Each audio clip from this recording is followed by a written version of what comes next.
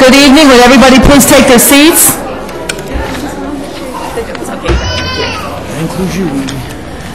Good evening. It's Monday, January 26, 2009, 7 p.m. We will have the invocation by Reverend Martha O'Reilly from First United Methodist Church of Homestead, the Pledge of Allegiance with the Police Explorers, and Councilwoman Wendy Lobos. Would you please stand with me?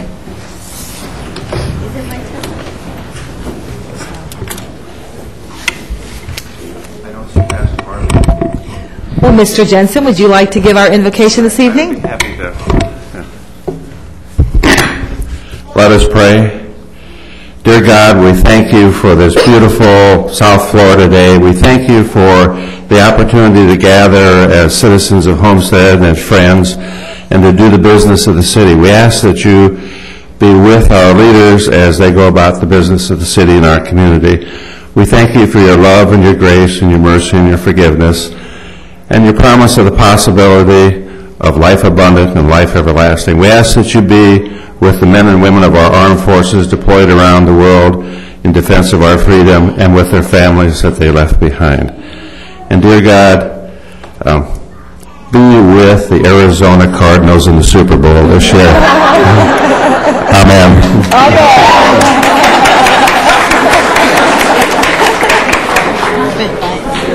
I guess we don't have police explorers. We don't have police explorers.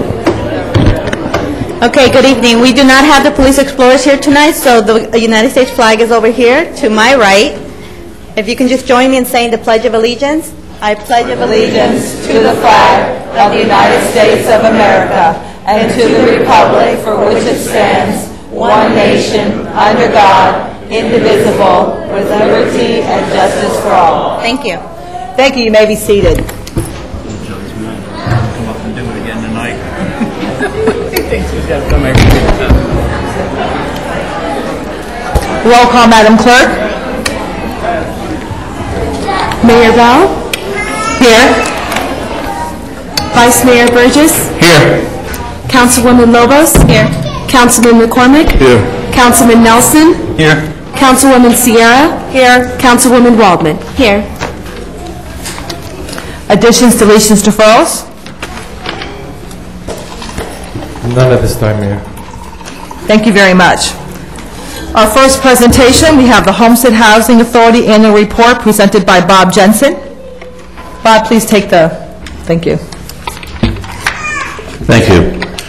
I'm one of 7 Homestead Housing Authority commissioners, and I would like to share not only some information about our last year, but just some core information about us. Our mission is to provide high-quality, affordable, safe, decent, and sanitary housing of choice so that our clients and their families are able to elevate their quality of life with dignity. We do this through core values. We recognize our residents as our ultimate customers, treat all people with dignity, create neighborhoods where people feel safe, conduct our business in an honest, responsible, and accountable fashion. We manage our finances in a way that is fiscally responsible. We create neighborhoods and staffs that are socially and ethnically diverse. We recognize our responsibility to foster links between our residents and social service providers. We're really almost like 2 companies in one. We work for the Department of Housing and Urban Development. We run their Housing Choice Voucher Program, which most of you probably know as Section 8, and this is a much misunderstood program. This represents about 3/4 of our work, 3/4 of our families. We also administer the farm worker program, domestic farm worker program, for the U.S. Department of Agriculture, and that's about 1/4 of what we do. We have a responsibility to conduct a single audit under the Single Audit Act because we work for multiple U.S. agencies, and this is really a challenge. But I want to tell you that last year we had no findings. We had not even a management letter with suggestions issued, so we're really proud of that. And I know the city has that same history, so we're just as proud as you are. Under the HUD program, for the second year we've been recognized as a high-performing Section 8 Management Assessment Program certification. And we are one of the few in South Florida who have attained that. You've heard about the problems that some of the cities, Miami Beach, Miami-Dade County have had. Well, we have not. We serve 1,687 families. This is over 5,000 family members in the Section 8 program. It's mostly women and children, sadly. Only 158 of the households are led by men. 44% of folks who live in Section 8 supported housing have income from wages. 40% of their wages is from income is from wages. 23% is from Social Security. What we do is we really provide stability for families, for low-income families. We bring we brought last year $15,178,000 federal dollars into our community and paid landlords. Our average subsidy for 2-bedroom is $715, for 3-bedroom $963, 4-bedroom $1,180. And a lot of the folks who receive subsidies don't receive very big subsidies because they have jobs. We give bonus points for living in the Homestead area and for being employed. So this is encouraging the vouchers to be issued to local folks.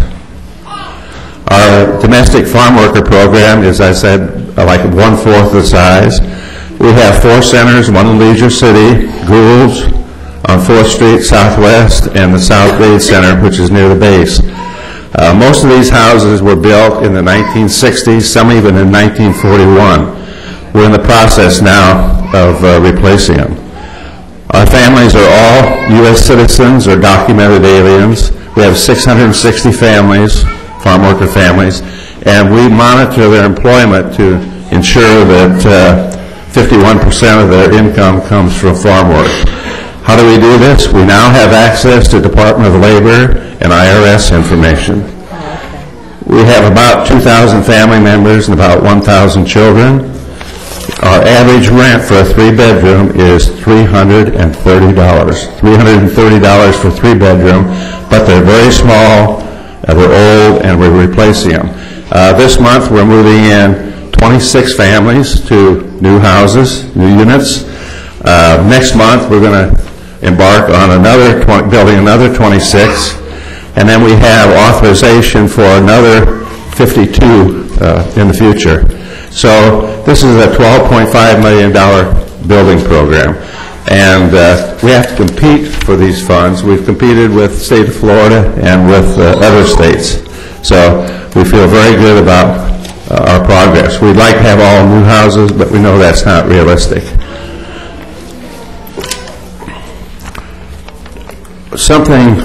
Our farm worker families really benefit dramatically from all the services we provide. As an example, Barry University has a program. Central LaSalle has a program. Community Health Inc. has a program. We have free medical care. A Redland Christian Migrant Association provides child care, and this is the premier child care provider in the state of Florida among nonprofits. More than 70 centers, more than 7,000 children, and it was formed right here in Homestead in 1965 by Mennonites who came to the community as an alternative to the draft. And they just did an amazing job, and now it is the premier provider in the state of Florida.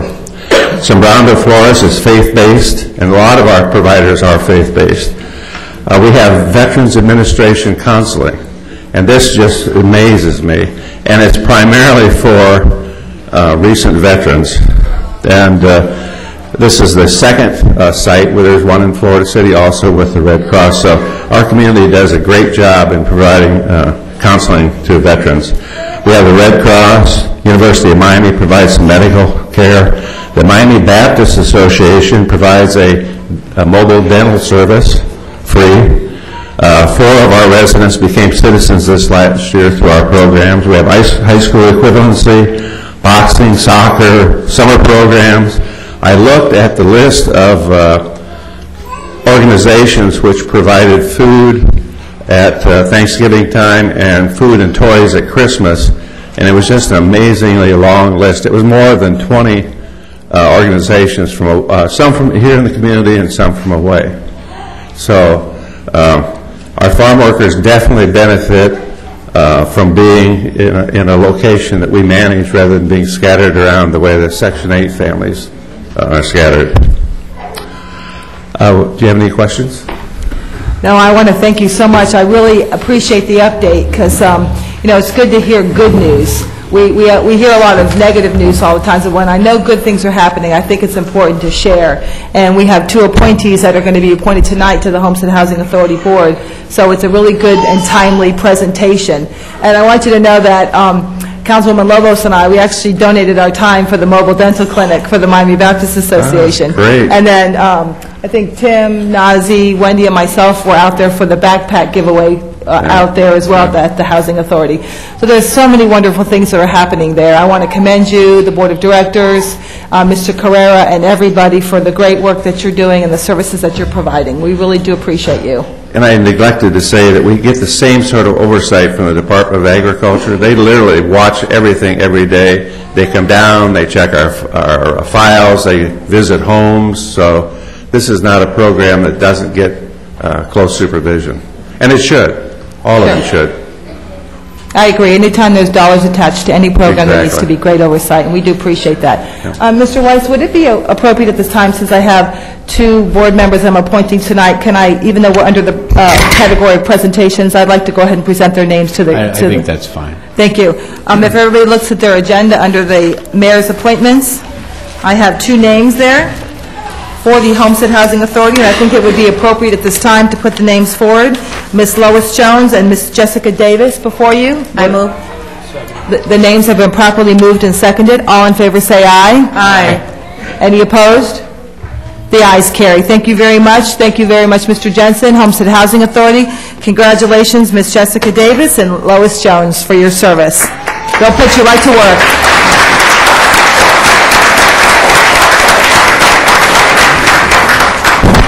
And thank you, Bob, for your good work. Next presentation, RISE Academy presentation. Executive Director Gemma Torsiva, Councilwoman Lobos.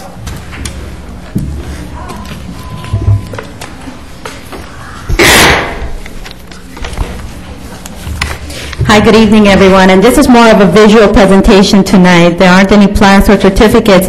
About 3 weeks ago, I attended a fundraising for RISE Academy, and I was invited here by Ms. Gemma Torsivia, and I know that several council members gave, even though they could not attend. And I was so impressed with the message that the students gave through their presentation, and the message was all about being college-bound. And so when you see kindergartners and first graders and second graders emphasize the importance of college and how much that theme is emphasized at the school, I was just so impressed. So I wanted to invite Ms. Torsivia to tell you a little bit about RISE Academy. They're actually located in Florida City now. They used to be located in Homestead, and they do service a lot of our Homestead students. So I think it's very appropriate to have them here to share a little bit about what I saw that night here with you tonight. So, Ms. Gemma Torsivia? Did she mention it? Thank you. Thank you so much for having us here tonight. It is truly an honor. Again, my name is Gemma Torsivia, and I'm the Executive Director of RISE Academy South Dade Charter School. We are the first school in the state of Florida that is tuition-free and college prep. What that means is that our school offers a rigorous college preparatory education in a public school setting. So our school is free and open to all families. We currently have 2 campuses in Florida City, an elementary school that serves students in kindergarten and first grade, and then a middle school that serves students in 6th grade. We are expanding, and next year we'll be open for grades K through 7.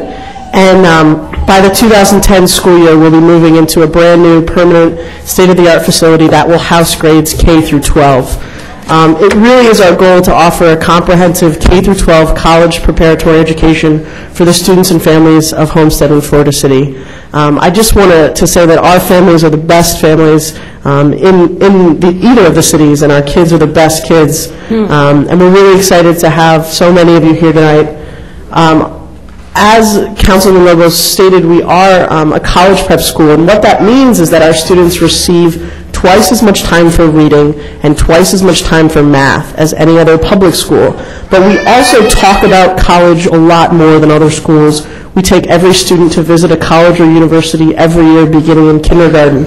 And where a lot of elementary schools just sing songs about like row, row, row your boat and little lambs, we sing songs about reading, college, and contributing to society, because that's the message that we want our students to take away from our school. Tonight we have 2 of our classes here with us, well, two of the students from our classes here with us. We have students from one of our kindergarten classes, Utica College, and then students from one of our first grade classes, Amherst. And they will be performing a selection of songs. Give them just a moment to get set up.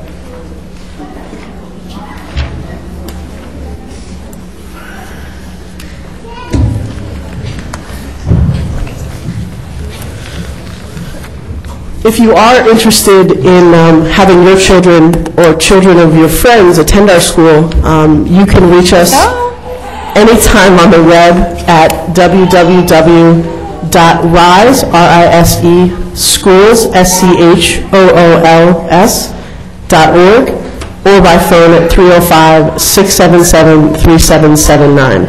Our facility is currently located in Florida City on Palm Drive, directly across the street from the Florida City City Hall and Police Department. We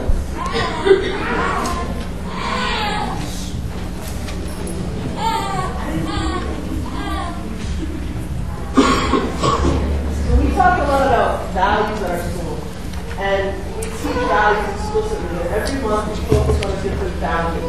And one of the values that we have been talking about recently is hope. So our first graders are going to tell us, what does hope mean? You do something even when it's hard. Believing you can do something even when it's hard. And we have a song that we like to sing about hope. Are you guys ready? Yeah. 1, 2, 3. Ain't no mountain high enough. Ain't no mountain low enough. Ain't no river wide enough to keep me from getting to college.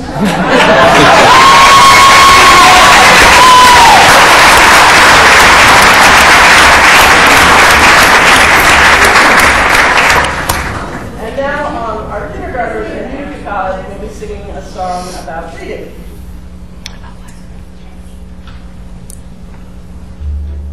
I feel it in my hands. Shake, shake, shake. I feel it in my hips. Swing, swing. I feel it in my heart. Beat by beat. I feel it in me. I'm ready to read. I'm ready to read. With my mind. I'm ready to read. Reach up high. I'm ready to read. With my eyes. I'm ready to read. Let's look right. I feel it in my knees. Tap, tap, tap. I feel it in my shoulders. Tap, tap, tap. I feel it in my heart. Beat by beat. I feel it in me. I'm ready to read. I'm ready to read. With my mind. I'm ready to read. Reach up high. I'm ready to read. With my eyes. I'm ready to read. Left to right.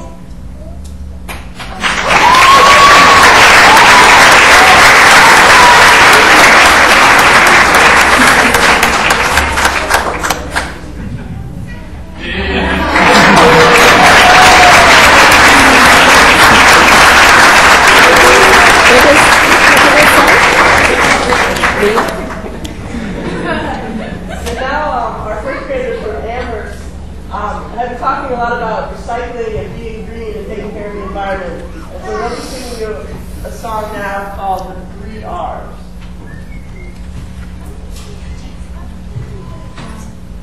Know what to do to keep our heart clean. If you don't listen up, remember our 3 P's. Don't use so much. Take a little, not a lot, without a fuss. Reuse, reuse again. Make this, make that, and that's the end. Recycle, take something old, make it different, make it new, and now it's so. Know what to do to keep our heart clean. If you don't listen up, remember our 3.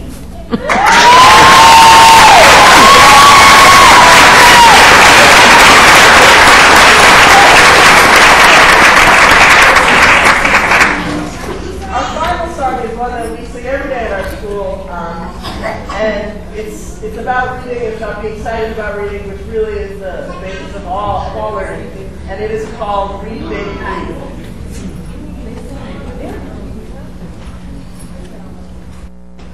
You gotta read, baby, read. Say what? You gotta read, baby, read. Say what? The more I read, the more I know. The more I know, the smarter I grow. The smarter I grow, the stronger my voice when speaking my mind or making my choice. You gotta read, baby, read. Say what? You gotta read, baby, read. Say what? You gotta read and go to college.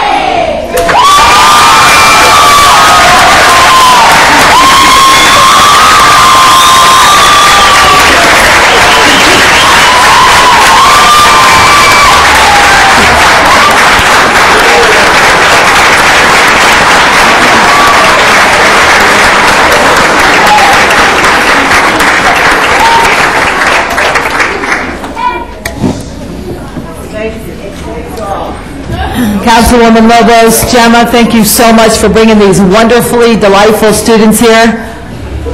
You should take a visit out to the school. We took a visit and it was wonderful. And they have everything posted in the hallway, their motto for the day. It's wonderful. Congratulations, Gemma. Great job.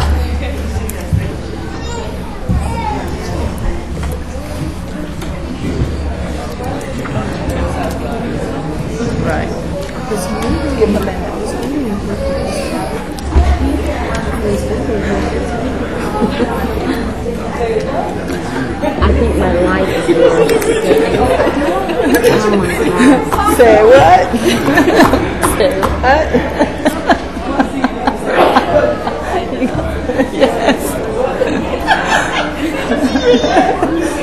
Say what? Come on, Richard. Come on, Richard. Show us. Say what?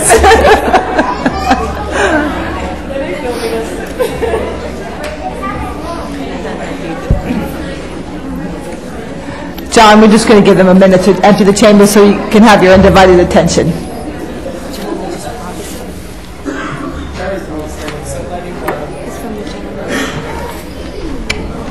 That's good. That's very good.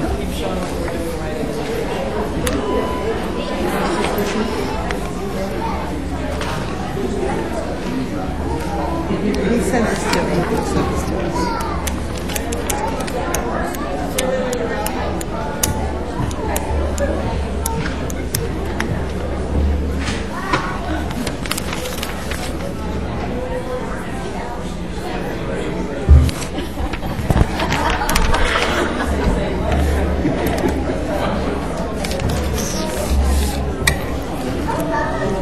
Thank you. The next presentation is the holiday food drive presentation of thanks to contributors. Vice Mayor Burgess. Thank you, Mayor, Council. As many of you know, this fall and the Christmas time, the Mayor's Youth Council took on a food drive for the Homestead Soup Kitchen. At this time, I'd like to call up the members of the Youth Council that are present to come on up and be up here with me while we thank the people that donated. Like I said in the past, this was an idea that we came up with and that everybody helped with. And the reason we did it for Christmas was, as I've stated in the past, was that many kids are given toys, but they're still hungry. And people remember the toys and not the food at that time of year, so I thought it would be appropriate. I got with Mr. Bob Jensen, who's one of our great volunteers here in the city, and does great work over there at the soup kitchen, and they were very appreciative and glad to have us come out and do it. So tonight, I just want to say thank you to all the residents that gave food and the people that took the time to stop by and give to it. It was very much needed and appreciated. Mr. Jensen will give us a little talk about that in a minute. In fact, if you want to come up now, Bob, and then we'll give out, you can tell people how we helped. We ended up raising a little over 4,000 pounds of food and $1,150 in cash. So that gives us a goal to start out with next time and something to shoot for next year as we keep this going on, or whenever we try to help them over there. And I'll let Mr. Jensen tell you about how they were appreciative over there and how much they got to use it. 4,000 pounds of food is a lot of food, and I want to thank all those who helped unload it and put it in the soup kitchen. It takes a lot of food to feed 350 people, average of 350 people a day, and it's only possible through the generosity of people in our community. And I want to thank, as John did, all those who contributed. I want to thank the young folks who really got it rolling here and made a big difference in the community. I want to say that the morning that we served Christmas dinner, we were handing out gifts to children, very small gifts, a stuffed toy and one very small gift. The first ones arrived with their mothers at 7 a.m. for an 11:30 distribution. Well, you don't do that for an additional toy. You do that if it's going to be the toy for Christmas. So the food was very, very important, and I'm sure that we're continuing to use some of it. And this is really an amazingly generous community, and thank you to the city and to the city leaders for leading the way. Thank you.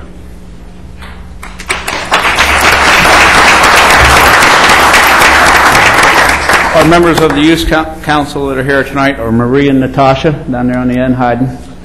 We got Emmanuel, Jasmine, and Amber Woods is here with us also. So I want to thank them and for all that they did in coming and helping. Now I'd like to thank some of the participating businesses and actually a couple of the neighborhoods that got behind it here in the city of Homestead. I'll first start by thanking and asking City Manager Mike Shahada to come up, because without the city allowing us to have the warehouse to store it and the transportation mode and the collection guys to help us, it would have been a difficult task. So I want to say thank you to not just to Mike, but to everybody down in procurement, Brian, and Robert and Landon and his fellows also that helped us take the food over there that morning. So thank you very much.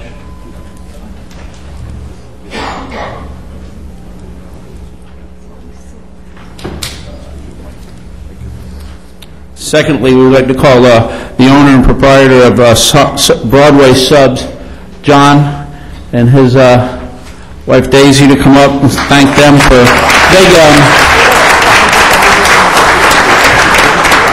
they called us and wanted. We had many places set up that we tried not to burden people with it, but they called and asked to do it.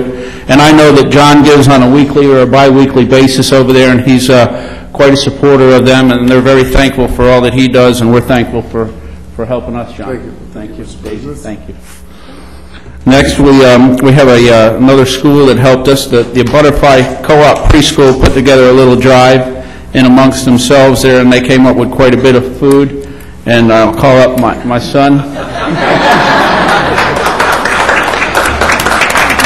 My wife Sherelle is here, and the Garcias who helped my wife over there with the school. And thank you to you guys. You want to say thank you? Thank you. Next, I'd like to call Abigail up from the YMCA. Abigail was actually the first one that came up to me and said that they would be willing to help and be a drop-off site the day that I announced at the chamber that we were going to be doing this. She came running over that afternoon and said that they would be glad to help, that they had done one, so they've got plenty of volunteers and the know-how to help us over there, and they've got a great base of people that gave a lot of food over there. So Abigail, thank you very much for helping us. Our next person I'd like to help is from the Lakeshore community. Miss Fran Schwartz went over there and kind of went door to door asking for people to give food. So that's a great spirit, and Fran, we thank you very much for all that you did and helped with.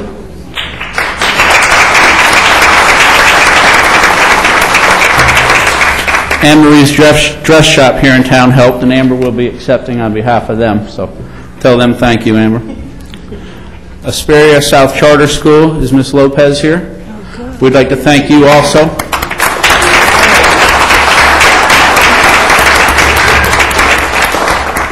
I think it's great that the kids are getting involved and learning at a young age that this is something that if everybody gives a little bit, it means a lot in the end. You know, not everybody's as fortunate as a lot of us are, but if everybody just gives a little bit at the end, you end up like with a 4,000-pound pile of food that people are very thankful for.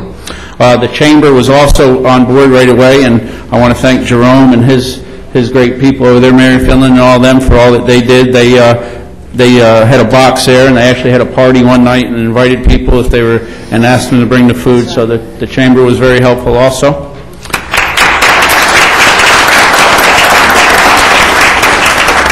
Two of our council members are from the Homestead Job Corps, and they were very giving over there too. Is Ms. Lopez here from the Job Corps? Please come up.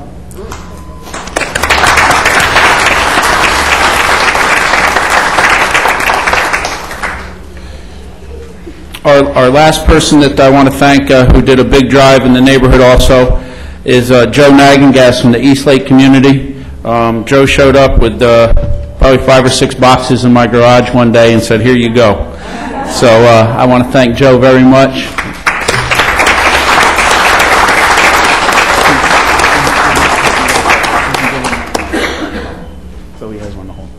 And then on behalf of everybody up here, there was one anonymous donor that gave $1,000 who wished to remain anonymous, but I want to let him know his money went well spent and it was for a great cause, and thank you to that donor very much. So thank you to everybody that helped.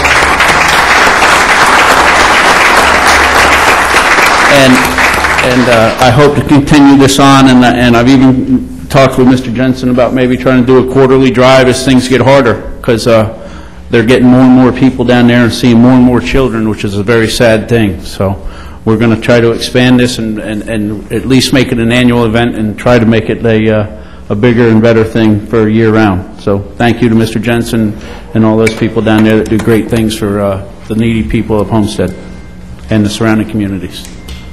Thank you. Thank you very much, Vice Mayor.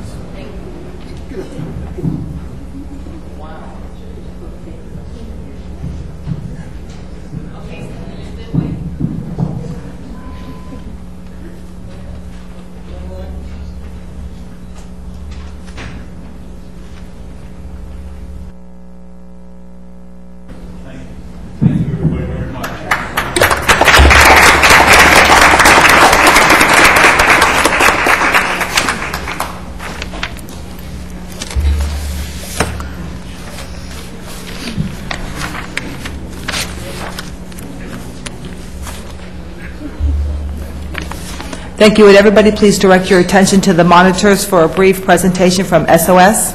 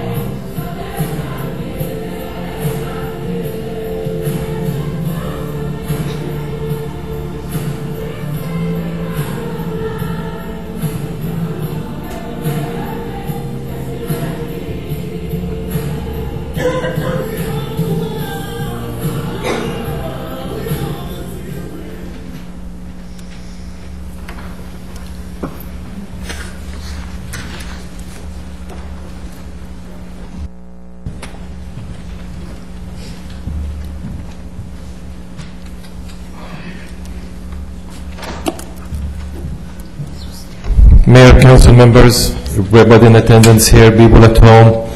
All these pictures you just saw are in Homestead or the surrounding area.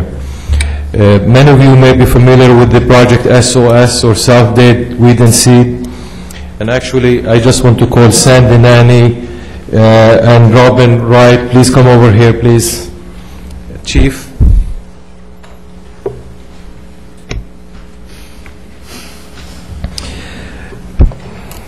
Every time I see this presentation, I become very emotional.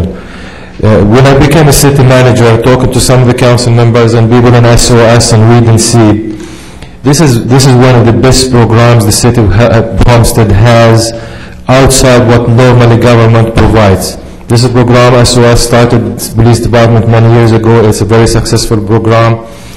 This year we are doing a 5K run walk also. By the way, we came up also with walk because some people say we don't run, we say we could walk. This is the logo of the 5K run. It's called Hearts and Souls. The purpose of it is to raise funds for this program. It's a wonderful program to help women and children who are abused. SOS and Weed and Seed do an outstanding job in bringing revenues. In the past 3 years, they raised about $5 million in the local area to help families. But I can tell you, with the government budget cuts and challenges they are facing, we are in need for more money. Our demands for services are much higher than what we can get in grants. So we're starting this program, and we're hoping it's going to grow.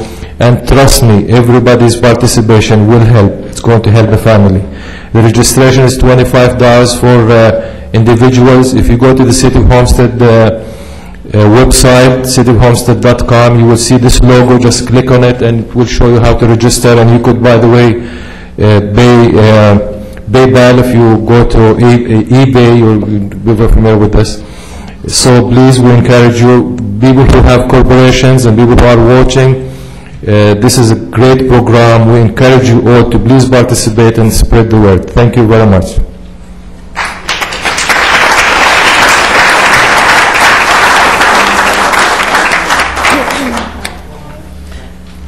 Mike, give the date. give the date for the 5K. I'm sorry, it's going to be February 7th, and by the way, we intentionally tie it to Valentine's Day because of hearts and souls, and we want to just be in a loving, giving mood. Thank you, Manager, and Mayor and Council. We thank you very much for your support of this initiative, for coming up with this initiative. It is our goal, Project SOS, City of Homestead, and South Dade Weed Seed, to ensure that no child has to grow up in a violent, neglectful environment. We are dedicated to that cause, and that is our first 5K. All the funds will go to help the children who are living in those types of environment. At this time, I would like to call up Ms. Kathy Allen and Dee Hernandez. Kathy Allen was our spokesperson at our 5K kickoff, and we would like to thank her at this time for being so open and forthright with the situation that she had to deal with her children and herself, and how she's came full circle and now is protecting her family.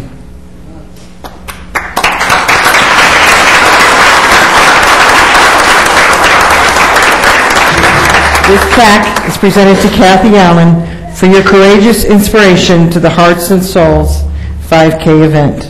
Thank you very much. Thank you, guys. Thank you so much.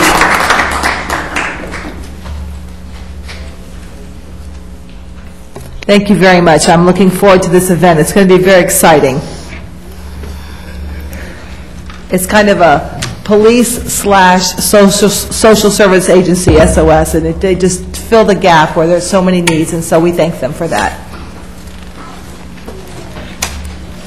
And we're going to transition from that. You know, even though you see something like that on the video, you see things that are depressing, you know that there's great agencies out there like SOS that are satisfying those needs and taking care of those children, so that's a really great thing. And on a much lighter note, we have happy 96th birthday to the City of Homestead, Councilwoman Sierra. Thank you, Mayor. If I can have your attention, please, to the monitors. I just want to share a little bit of information with you. Some of you may be aware that tomorrow our city actually turns 96 years old. If we can go to the first slide, please. The City of Homestead is the second oldest city in Miami-Dade County. Homestead grew from what started out as a short-line railroad. Many railroad workers stayed in the area and became city founders. Homestead was incorporated as a town on January 27, 1913. The photo in this slide is of the railroad stop in Homestead. Next. The first mayor of Homestead was R.F. Tatum. There have been 27 mayors in the city's history. The town of Homestead was reincorporated as the city of Homestead in 1923 when the population surpassed 2,500. The photo above is of the mayor, city clerk, and a woman in the first town hall. Next. Today our population is estimated at 59,397. We've come a long way. There are many great things in store for our city this year, such as the opening of a variety of new businesses and restaurants and the commencement of construction on our new city hall. Several of our city parks will also be renovated. We can also look forward to the Wings Over Homestead Air Show and the fact that we will be the host city for all 5 of the premier North American Motorsport Championships. The first air show in Homestead in 17 years, and the Motorsports Champion is also a first for any city. In recognition of our 96th anniversary, we want our residents to know that the City Council and City staff are working hard every day to make Homestead an increasingly desirable place for your family, your business, and our visitors. We want to make sure that Homestead offers the best of both worlds, the addition of many amenities and businesses, and the preservation of small-town qualities.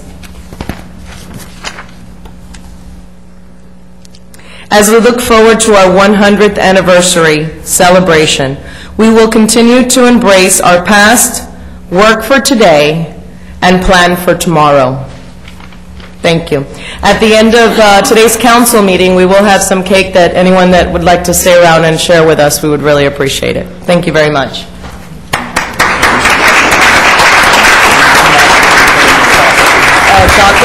by the way, all of you on the Biggest Loser program, you're allowed to have a cupcake tonight. I've gotten a special exemption for you all, and anybody from the YMCA, close your eyes.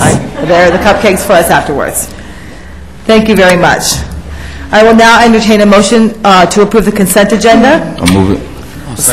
The item has been properly moved and seconded. Any comments or questions on this item? All in favor say aye. Aye. Any opposed?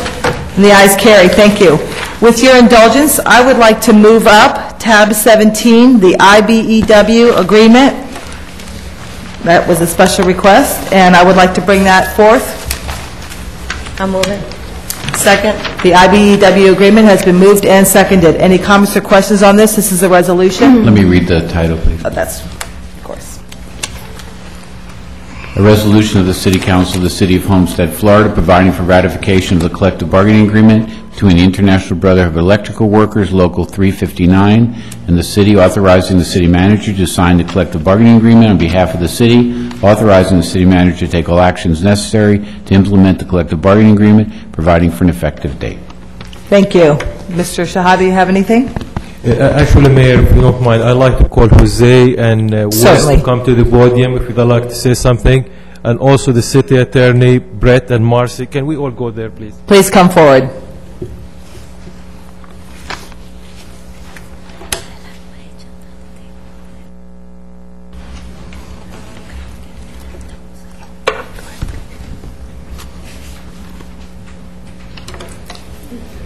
Mayor, council members, since we are talking about this issue, I'd like to take this opportunity to thank the IBEW representatives, thank the city attorney and HR. I can tell you, everybody worked very, very hard. It was tough but fair negotiations, and everybody really proceeded with good faith, and we are pleased to bring it for a conclusion today for your approval. So I'd like to take this opportunity again to thank the union and give them a chance to say something.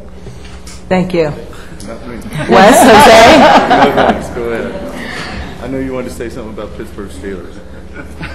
I'd just like to thank Mike and his organization and crew for having a nice and easy, not too easy, but it was pleasant.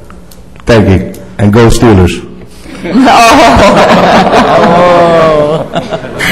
Wes, do you have any words for us, Wes? Jose and Wes, thank you so much. Thank you for how reasonable. I heard it was very smooth. I appreciate all of your work. Marcy, Mike as well as the attorney. I just thank you for all your hard work on this. I know it's good hard work. Any further comments, Marcy? Anything for us? Thank you. We'll now have a vote on this item. It's been properly moved and seconded. All in favor say aye. Aye. Any opposed? The ayes carry. Thank you and congratulations.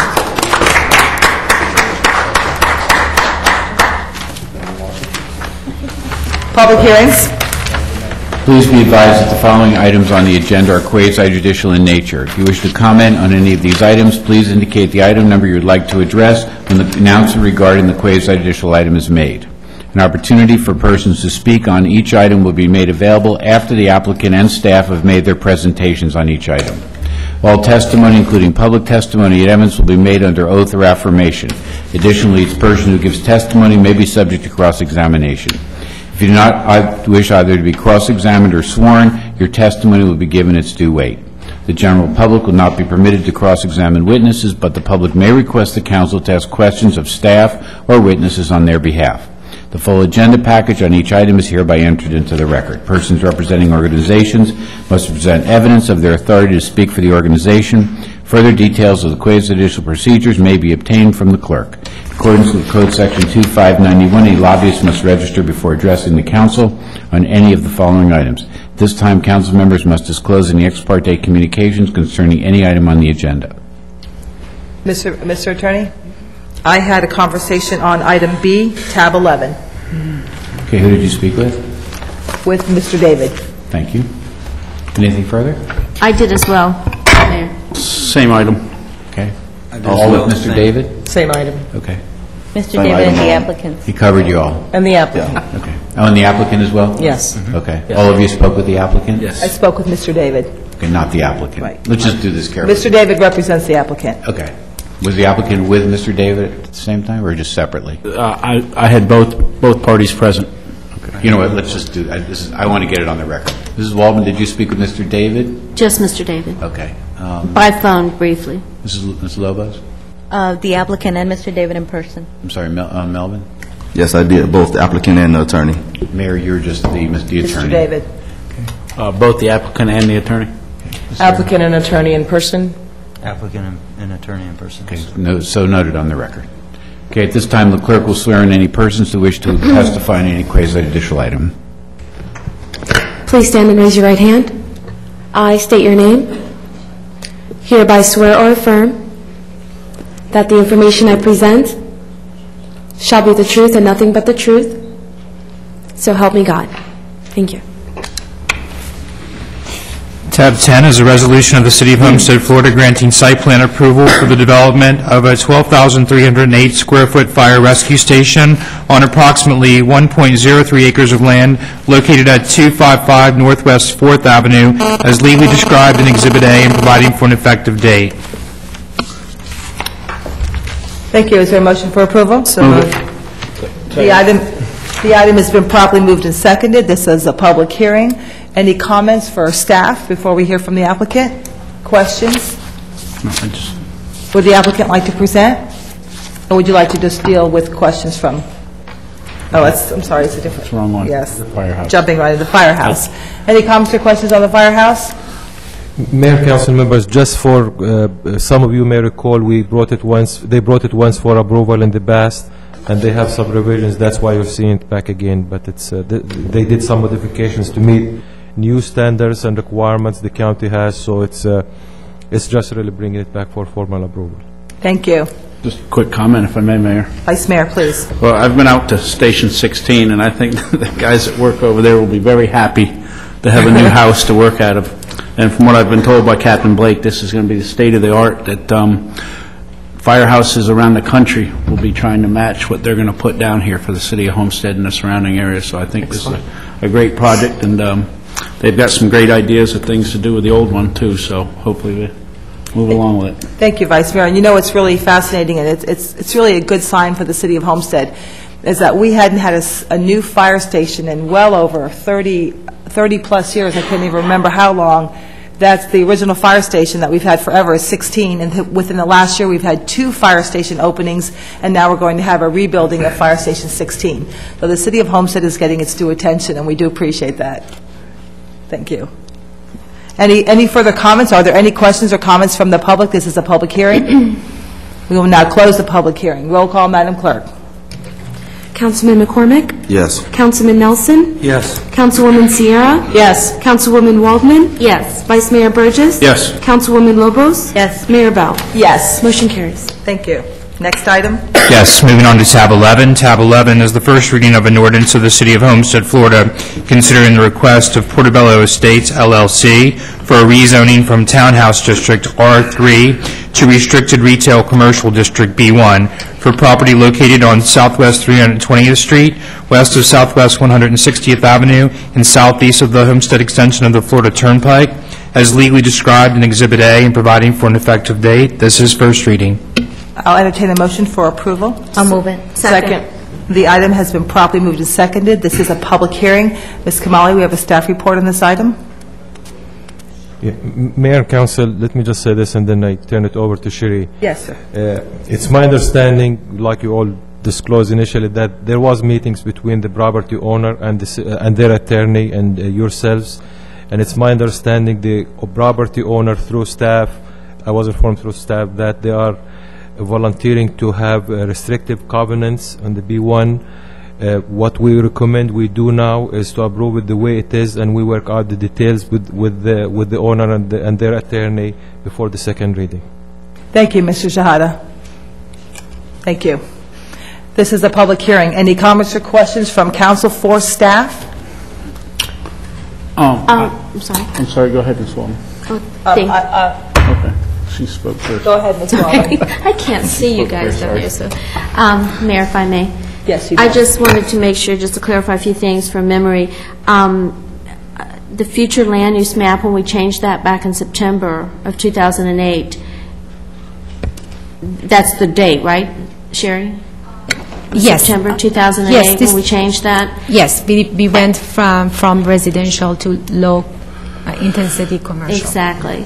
And I believe, and thank you, Mr. Shahada, that they did do everything that they said they were going to do, and we asked them to do, and including the restricted covenant.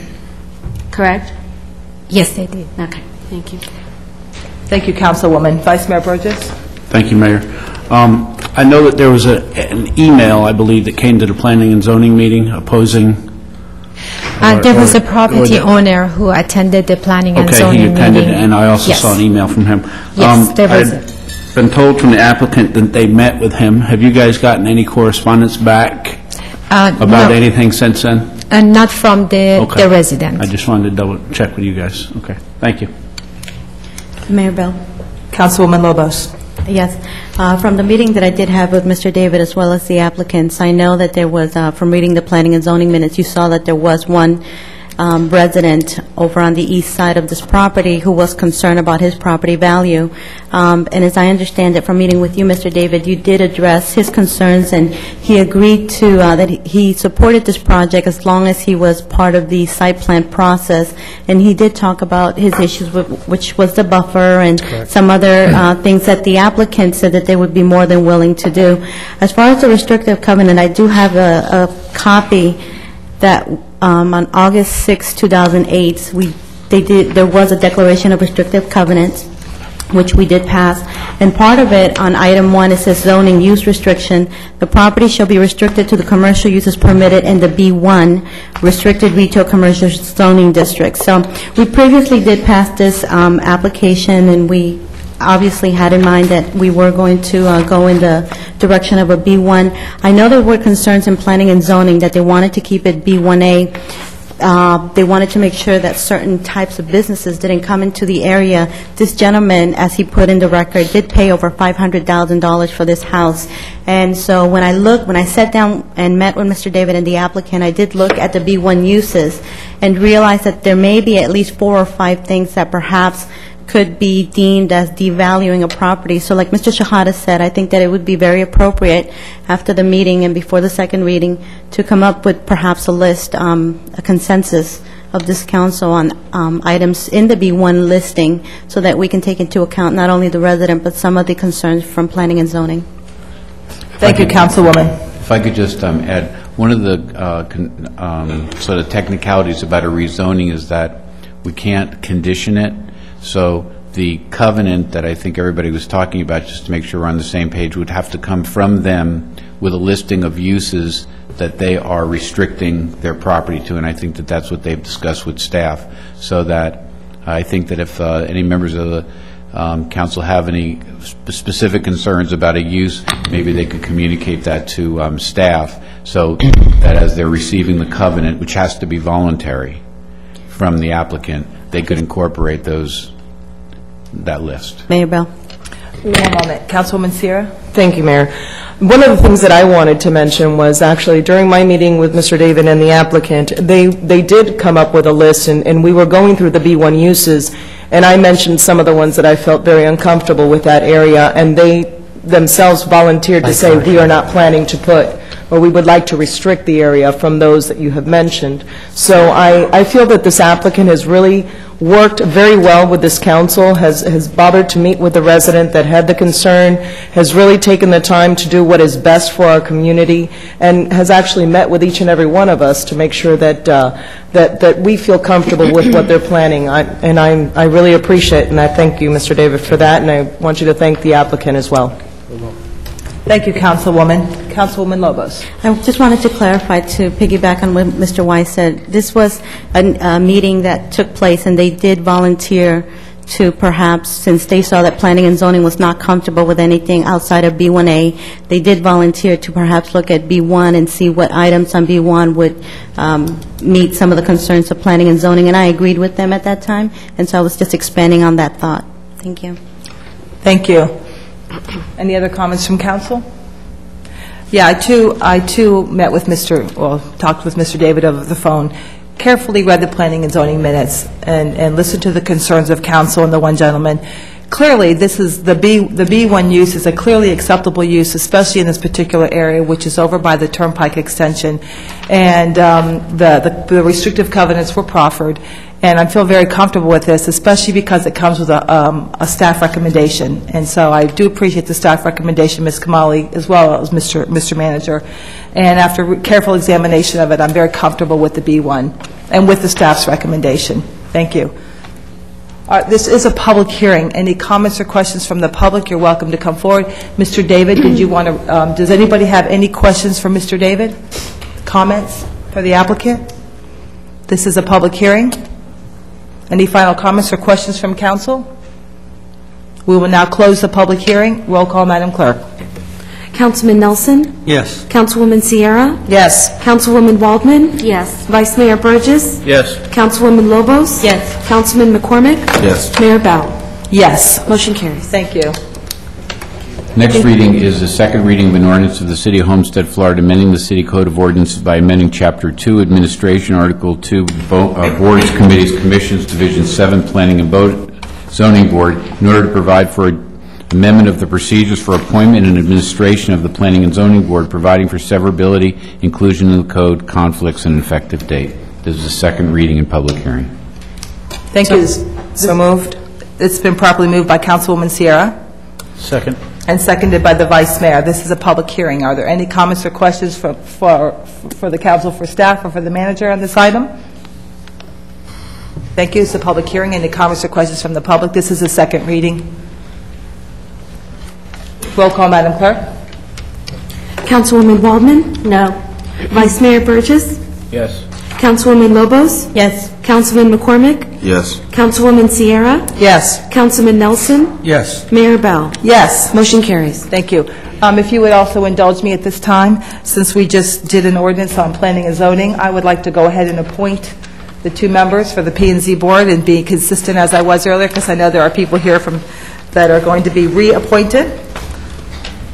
Item 2 under appointments, Planning and Zoning Board reappointments. We have Stephen Shelley to be reappointed and Ms. Susan Newman. And what I would like to do at this time is I would like to go ahead and appoint Susan Newman to remain the chair, if she'll have that. And also I would like to appoint Mr. Stephen Shelley to be the vice chair. I'll move. Second. The item has been properly moved and seconded. Any comments or questions? Thank you very much. Roll call, Madam. Roll call. Well, I think we just need all in favor say aye. Aye. Any opposed? And the ayes carry. Thank you very much. Congratulations. Next item. Tab 13. Read, baby, read. Read, baby, read. An ordinance of the City of Homestead, Florida, amending the City Code by amending Chapter 18, Traffic and Motor Vehicles by creating Section 18-5 Motor Vehicle Accident Fees for deployment of public safety services, establishing and implementing a program to impose and collect user fees for the deployment of public safety services rendered by the City of Homestead for motor vehicle accident services, providing an effective date.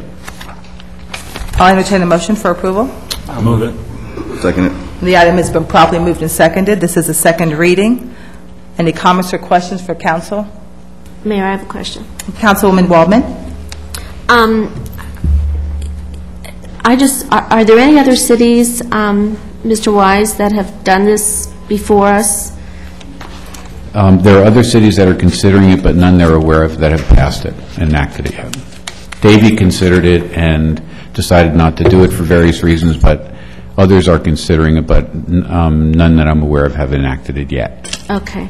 And, you know, I haven't been part of the discussion as to whether or not it's going to make a difference if we limit it to people outside the city limits or if we include all residents. I mean, what's your opinion on that? The ordinance is drafted to cover everyone because we feel like that's legally appropriate. Okay. Thank you. Thank you, Mayor. Thank you, Councilwoman. Mr. Manager? Mayor, council members, just to clarify, this is just like the city attorney said, it's an ordinance really to just establish an umbrella, but when it comes to the actual agreements and collection of funds, if we're going to go there, it will come back to council for approval, and it will be in a form of a contract with a provider to be able to do these things, and we could get into the details then when we bring it back to council. Okay, thank you. Thank you very much. Any further questions from council? One quick question, Vice Mayor? just so that people understand, about how much does the average accident cost us to investigate, Chief? Can you give us some, I mean, I know some go well beyond big numbers, but just so that people understand what kind of expense this is to the city to do it. Any kind of idea you could give us? Well, the only thing I can pretty much tell you is that it's based on manpower that's used, and if it's a simple accident, maybe in the maybe $400 or $500 range. But if it's a homicide, which we do now, it can go into thousands of dollars. Right. So it's a lot of investigation involved in homicide. I would add that the way the ordinance is drafted is that the initial charge is going to be to the insurance company, and that we anticipate that the majority of money that we collect under this is going to be through a direct billing to the insurance company. Thank you. Yeah, that was the understanding on first reading as well, that this is going to be a billing to the insurance company, not the resident, not the person themselves, because we are not trying to pass on any burden on any of the residents. This is just this is, again, another cost recovery, but it's not going to, we're not going after the residents for this. Please be assured. Any further comments or questions from council? This is a public hearing. Any comments or questions from the public? You may take the microphone and stand up and state your name and address for the record, please.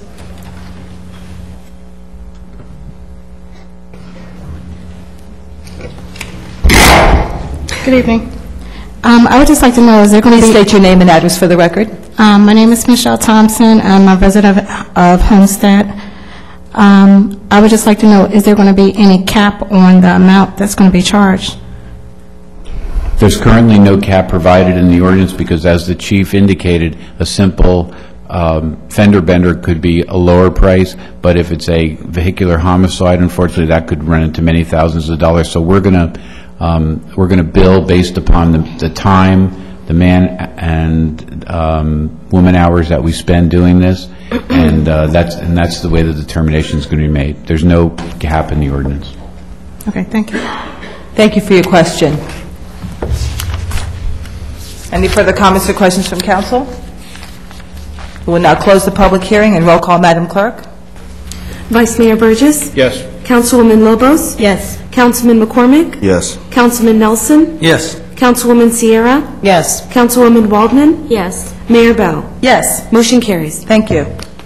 Next item is an ordinance of the City of Homestead, Florida, providing for a 6-month extension to the 12-month building moratorium enacted by ordinance number 2008-1-2 on issuance of development orders and permits and on applications and land use plan amendments for townhouse, cluster house, and multifamily residential units within the city, and any proposed development over 6 dwelling units per acre, exempting specified development and providing for an effective date. This is a second reading and public hearing. So moved. Second. The item has been properly moved and seconded. This is a public hearing. Any comments or questions from council members for staff or the manager? This is a public hearing. Any comments or questions from the public on this item? It's pretty self-explanatory. The continuation of our building moratorium. Self-imposed. Roll call, Madam Clerk. Councilwoman Lobos? Yes. Councilman Nelson? Yes. Councilwoman Sierra? Yes. Councilwoman Waldman? Yes. Vice Mayor Burgess? Yes. Mayor Bell? Yes. Motion carries. Thank you. Next item is the first reading of an ordinance of the City of Homestead, Florida, amending City Code Chapter 14, Historic Preservation by amending Article 2, Historic Preservation Board by amending Section 1426, Historic Landmark Officer, to permit the city manager to engage an outside consultant to act as the city's Historic Landmark Officer, and revising the process for selection of the Historic Landmark Officer and the authority of the Historic Landmark Officer, providing for severability, inclusion in the code, and an effective date. I'll entertain a motion for approval. I'll move it. Second. The item has been properly moved and seconded. Any comments or questions from this council for staff? Mayor, I have a question. Councilwoman Waldman? When I read this, I was a little perplexed because I know that, I guess this question is directed to the city manager, if that's all right, Mayor. Certainly. I know that according to a newspaper article that I read, that we, when the city let our historic landmark officer go, as well as 2 other people in CRA, the accountant and I believe the receptionist, who's been acting as the landmark historic officer in the interim? Because I think that was back in June of last year. Actually, Dan Wick is attending all the meetings and acting in that capacity. So he's been acting in that? That's Okay. correct. And I'm just a little, I know we need one, I know we have to have one, but I'm a little uncomfortable because I know back, several years ago when we start hiring consultants, they can be very costly, and it says to be, TBD. So do you have any idea, has there been any research done as to how much it costs and how many hours would be involved in the hiring process? Councilwoman, I have the answer for you. Actually, we looked at the way the board exists today. It will cost us less than $15,000 to have a consultant attend the meetings and find all the required paperwork that needs to be done, versus having practically a full-time officer in the past costing us in excess of $75,000 doing the same job. I just wanted the figures. Thank you. Thank you very much. I'm glad you asked. I'm sorry, you said 15,000? Yes, 15 versus 70. Thank you, Councilman Waldman. Yes, we did take a good look at that, and it's exponentially less expensive to have a consultant than it is to hire a full-time person to handle that. So thank you. Any other comments or questions from council? This is a public hearing. Any comments or questions from the public are welcome on this item. We will now close the public hearing. Thank you. Roll call, Madam Clerk. Councilman McCormick? Yes. Councilman Nelson? Yes. Councilwoman Sierra? Yes. Councilwoman Waldman? Yes. Vice Mayor Burgess? Yes. Councilwoman Lobos? Yes. Mayor Bell? Yes. Motion carries. Thank you. Next item. Lost again, I'm sorry. 16. I got it. Trying to get updated on computer. Okay. An ordinance of the City of Homestead, Florida, amending the city code by amending Chapter 16, license taxes and business regulations by amending Article 13, towing agencies by amending Section 16.312, approval procedure for towing service agents to amend towing approval procedures by amending Section 16.316 rates to allow for administrative fees related to towing pursuant to Section 166043 Florida statutes, provide for severability, inclusion in the code, and effective date. So moved. Second. The item has been properly moved and seconded. Are there any comments or questions from council for the manager on this item? This is a public hearing. Any comments or questions from the public on this item? Close the public hearing. Thank you very much. Roll call, Madam Clerk. Councilman Nelson? Yes. Councilwoman Sierra? Yes. Councilwoman Waldman? Yes. Vice Mayor Burgess? Yes. Councilwoman Lobos? Yes. Councilman McCormick? Yes. Mayor Bell? Yes. Motion carries. Thank you very much. Okay, item B, small I, we've taken care of. That was the collective bargaining agreement. B2, resolution of the City Council of the City of Homestead, Florida, amending Resolution 2003-0432 concerning the comprehensive council meeting and agenda procedures by revising, updating, and restating provisions, providing for conflict severability, and providing for an effective date, superseding Resolution 2003-0432 on the same subject. I'll entertain a motion for approval. So moved. Second it. The item has been properly moved and seconded. Any comments or questions on this item for the manager? Mayor, I have one comment. Certainly. I really appreciate the way that this really clarifies the procedure where coming into a council brand new, there were certain areas that were just a little vague. This really clarifies all of our procedures and what we should be doing, and I thank you for that. Thank you, and it would clarified a lot of items as well. Yes, thank you. Any other comments? Yes, Mayor Bell. I also agree with Councilwoman Sierra, and even though this may seem like it's formalizing the meetings a little bit too much, I actually think that it's a good idea for us to establish procedure, to follow the procedure that is set forth in tab 18, and then also to remind you that at some point we do need the Robert Rules of Order training to further emphasize that this is the procedure by which we should be asking not only questions for the staff through the city manager, but also not addressing each other, that it all should be done through the mayor. So I am happy to see this. I'm glad that it was a refresher to kind of remind me of the procedures of this council meeting, and look forward to some further training. Thank you very much. Also, I would like to point out, Councilwoman Martin, please, go right ahead. Actually, this has been in effect for some time, I believe, hasn't it, Mr. Manager? The only difference was just, I believe, some housekeeping and changing in the order of business. And the most important difference for me is the cutting back to one meeting a month and one CAL meeting a month. And for whatever reason, I just have a problem with that. I just think that that's the voice of the people. That's a time for them to come together. Even if our meetings only last a half an hour, it's just a time, if there's something on their mind, that they can do that. So I just wanted to put that on the record. I have, I understand. Well, thank you so much. Let me explain that again. The reason we're doing this is every time we convene a council meeting, what you see in the chambers is you see a full staff, and you see attorneys, and you see police officers. And when we had, 25 different quasi-judicial items, it was very necessary to have those meetings where you had 2 council meetings per month and 2 committee of the wholes per month.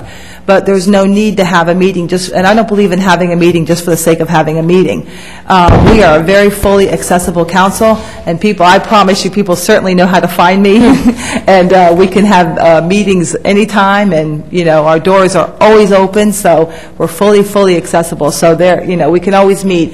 And it's much more efficient this way, and certainly we can always have special calls if it's needed to, and if the business greatly increases, we can certainly just revise this ordinance and go back to the full slate. By the way, we have far more meetings than the city charter requires, far more than it requires, so we are well within the city charter. But I thank you for your comments. Yes, and Mayor, if I may just let me clarify. entertain comments from the I'm others sorry. before Councilman Waldman. Any other comments from council members? Please, Ms. Waldman. Thank you. I just would feel more comfortable if we didn't have anything on the agenda that would cancel the meeting, rather than put it in writing like this and saying that we're only going to have one meeting. That's my issue, Mayor. So it's nothing personal. It's just the way I feel. So thank you very much. Mayor Bell? Councilwoman Lobos? To restate for the record, I supported this item during the committee of the whole meeting for all the reasons that were stated by all the council members, including myself. I do agree that to be cost-effective, some of the meetings that we were having, as stated by the mayor, were running 5 to 10 minutes, and it's very costly to have it. I also agree with the statement that was made at the committee of the whole meeting, where it was stated that if the meetings were to get really long and the city would again become very busy, that we would again go to more meetings during the month. I know that at that time, the staff also, Mr. Shahada, through you, it was stated that the staff spent quite a bit of time of their weekly times preparing for these council meetings. And so I think overall, cost-effective for the city, for the taxpayers, cost-effectiveness and quality of life for our employees, as well as just being efficient, So I supported it during the committee of the whole meeting, and I'll be supporting it again tonight. Thank you. Thank you very much, Councilwoman Lobos. Any other comments or questions from council? All hearts are clear. All in favor say aye. Aye. All opposed? Nay. And the ayes carry. Thank you. Mr. Manager. Maybe it's too late now. No, go right ahead. Mayor, council members, there are 2 items and items, the placement of the item on the agenda, and there is another section about reports of mayor and each council member. Yes. To me, these 2, one of the things I wanted to know, I'm always talking to my staff about, is the quality assurance and quality control. I'll be very honest with you, it's not to the level where I like to see it. And when it comes to placement of items on the agenda, I know the procedure here, council members could submit it to the city clerk. The city clerk just put it on the agenda. As long as the timelines are met and materials are submitted, it will be discussed in the next council meeting. I personally have a concern about sometimes staff or my office needs to have an input on these items in terms of quality control, quality assurance, not for everything.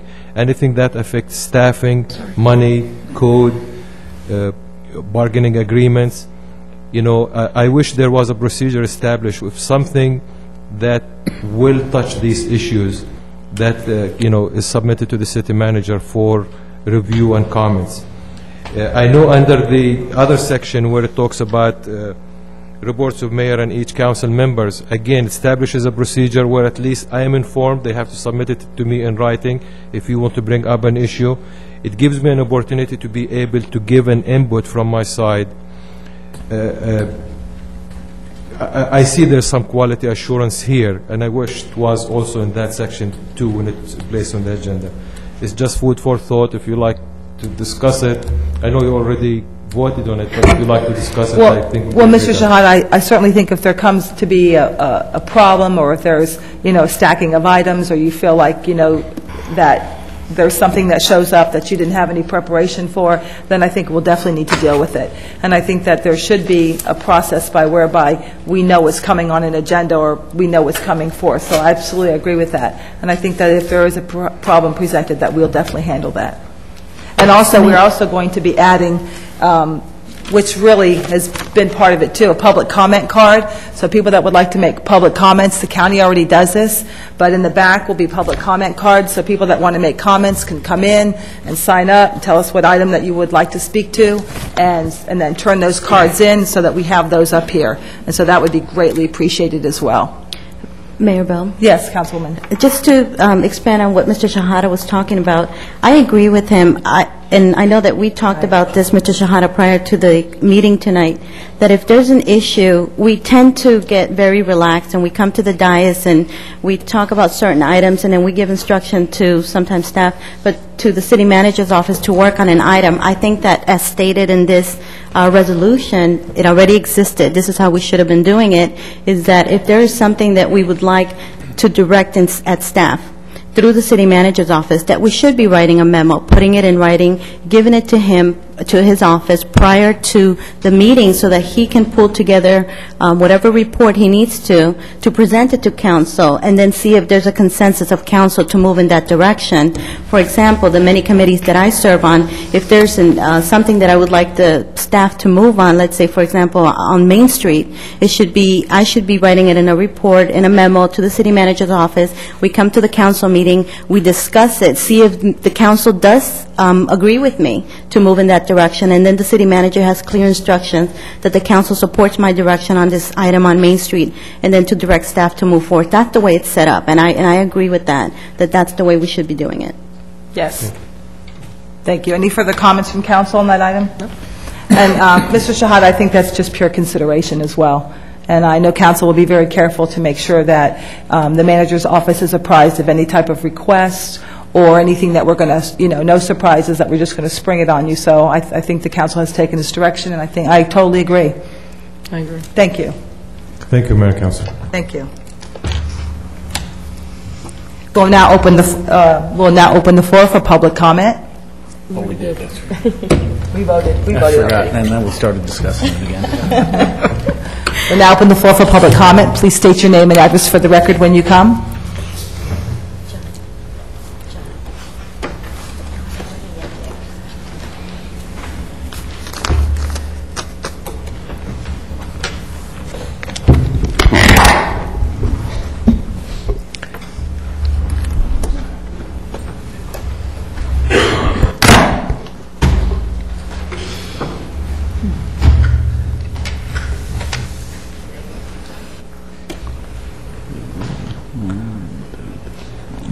Reverend Jimmy Williams, 550 Southwest 10th Avenue, Homestead, Florida. Here tonight, the next 2 minutes and 44 seconds I have on the clock, to just briefly talk about this council and the cries I hear from the people coming from the city. And under the direct understanding from persons in the community, I am challenged by some of the things that I see and hear, and that there is no sense of understanding I believe, from certain members of the council and mayor. And so under that, much prayer and consideration, I've been challenged. The voice of some persons have been silent, but I'm here tonight, not on my own accord, but I stand on shoulders of persons who've come before me. And in my challenge and direction, I know that I can't change anything. But with great people behind me, I know that together as a community that we can change. In my discouragement and despair of what I've seen this past year,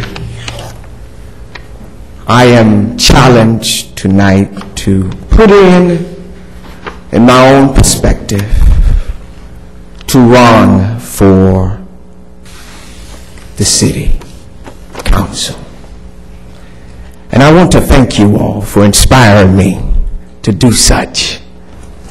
It's through your inspiration that I stand here tonight, and with this strong backing and commitment to put my name in the hat to run for city council.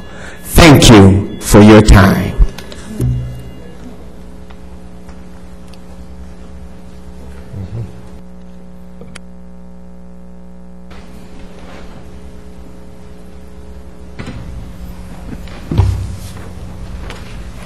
Thank you very much. Since you used, I guess you're declaring for the Southwest, so I'm now going to declare my support for Councilman Melvin McCormick for the Southwest, and so I publicly declare my support right now for Mr. Melvin McCormick.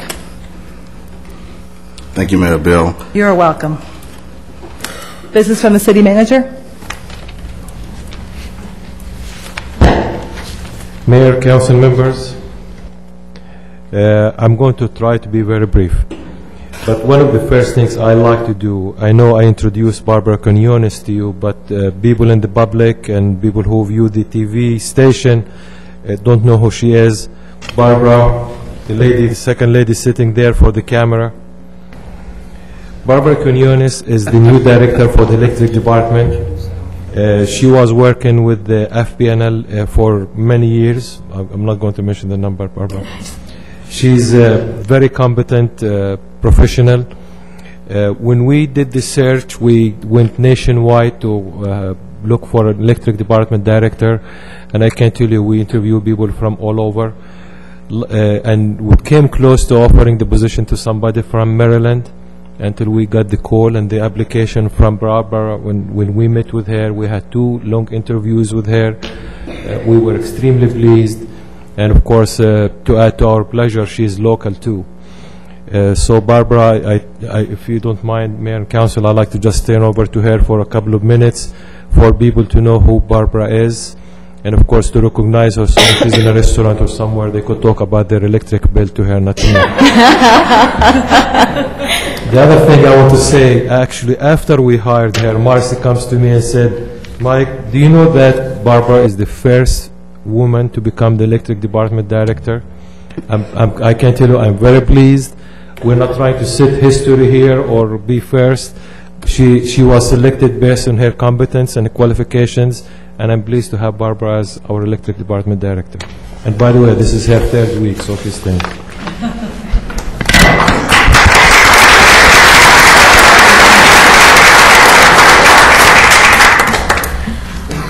Thank you, Mr. Shehada. As he mentioned, I do have many years, and I also will not mention how many years of experience in the electrical utility, in the operations side of the house, as well as in process review and quality reviews. I know quality is a huge focus here at the city, and I'm looking forward to the opportunity to to look at the processes and how things are done here, and to continue to provide safe, reliable, and cost-effective power to the residents of the City of Homestead. I'm very excited about this opportunity. The team here has welcomed me with open arms. The people in the utility have welcomed me with open arms. And I feel a great spirit of cooperation, and I think we're going to be able to do a lot of good in the community. And I'm excited about this and looking forward to many years of service. So thank you. Thank you.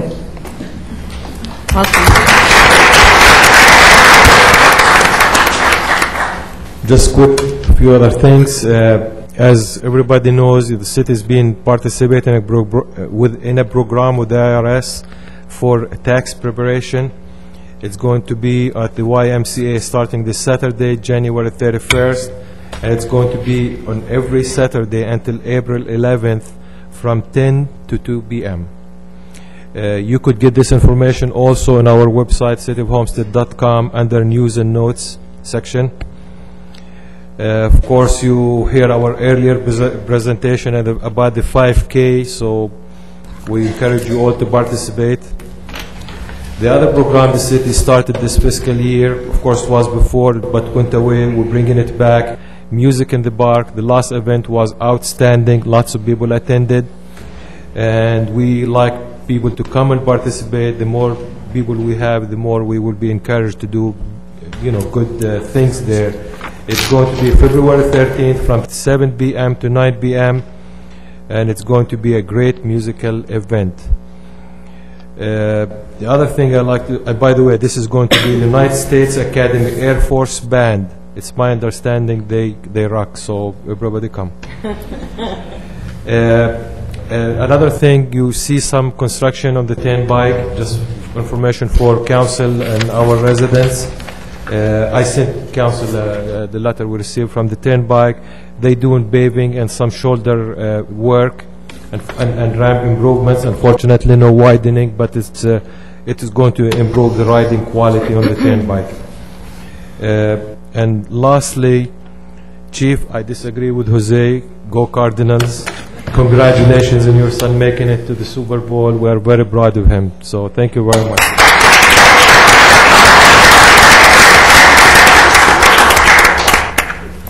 Thank you, Mr. Manager.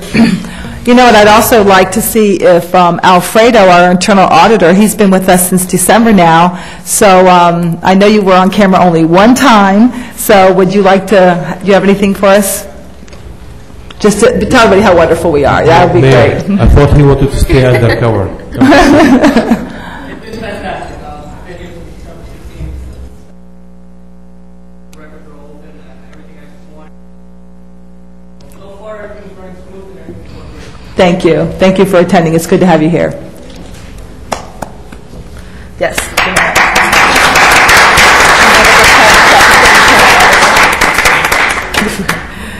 Reports of the Mayor and Council. Councilwoman Lobos. Thank you, Mayor Bell. I'd like to start out by thanking Councilwoman Sierra for the cupcakes tonight. I look forward to celebrating our 96th anniversary by having one after the meeting. Mayor Bell, I just have a short report tonight. I attended on January 21st, 2008, I attended the Economic Development Division, which is an organization under the Chamber of Commerce. And what we did is we met at Stickenstein, and we took a walking tour with many of the businesses in the Main Street area, as well as some representatives from the Chamber of Commerce. And Mr. Shahada, thank you for allowing Captain, I'm sorry, now I'm going to blank out on his name, but anyway, there were some representatives there from the police department. Major Kennedy. Thank you, Major Kennedy, and very attentive to the concerns of Main Street businesses. And I just wanted to give council a short report on some of the highlights of that meeting. As you know, there's been a couple of incidents down on Main Street. One of the business owners actually was robbed at gunpoint. And so there was some concern as to how we could increase the safety of that area. Now, what usually happens is 1 or 2 incidents happen, and then there's might be the misperception that crime is on the increase, or it's worse actually than what it is, what the numbers show us. So one of the recommendations that the police department did is they suggested that the businesses in that area form a crime watch, sort of like at a business level. And I know that the business owners were very enthusiastic about this. And through the Chamber of Commerce, they are going to organize to form this kind of crime watch. And also, I was very pleased to see that the Homestead Police Department offered to do inspections. If any of the business owners on the Main Street corridor, and I'm sure any of the businesses within the city of Homestead would like, you can schedule an appointment with the police department, and one of our officers will come out and give a inspection, sort of like telling you what the risk, safety risk, and how can you increase the safety around your business area. So I'd like to thank you, Chief Rowe, Mr. Shahada. You guys were so helpful when you met with this Economic Development Division. I know that whole area is just so excited to get going on a lot of the projects. And I'd like to thank the Chamber of Commerce for taking the lead in a lot of these meetings that are happening. And hopefully very soon you'll start to tangibly and visually see some of the improvements that they're working on Main Street. Aside from that, Mayor Bell, I just was recalling as I was watching the public comment, after the Southwest Town Hall meeting, I sent Councilman McCormick an email, and I just was reminded of that now, and I want to restate it, Councilman McCormick, that over the past year and 2 months since we've been in office, I've seen you in action, and I've seen you how you quietly take on the work of the people. And in the Southwest area, I know I'm not telling you a big secret here, it was neglected for quite some time. And I see you riding around with the CRA. I hear about your CRA ride-alongs and all the different attention and the ways that you have concerned yourself with the work of that area. And after the Southwest Town Hall meeting, I just kind of didn't realize how much work you did put into this council position and how seriously you take it. And I wrote you that email, and I told you that as long as your goal was that of the people, that I would continue to support you. And up until this day, Councilman McCormick, you haven't disappointed me. Your goal is that of this council, and that is to always do the work of the people. So from what I've seen, I proudly support you and wish you continued success on this council. Thank you, Councilwoman Lobos. That's all, Mayor Bell. Thank you very much. Councilman McCormick? Yes, ma'am. Thank you, Mayor Bell. I'd like to start off by mentioning a couple events that I have lined up for the Southwest as we speak about the Southwest. On Thursday, there will be a workshop that will be held here in the council chambers. This is in reference to the facade program that we have in the Southwest, and the facade program is to rehabilitate and revitalize the small businesses that are located in that area. And if you're a business owner, you have any questions as far as the amount or the deadline or what qualifications you need to receive this grant money, then once again we have that briefing here at 4:30 on Thursday. Another activity I have going on in the Southwest is a community cleanup day.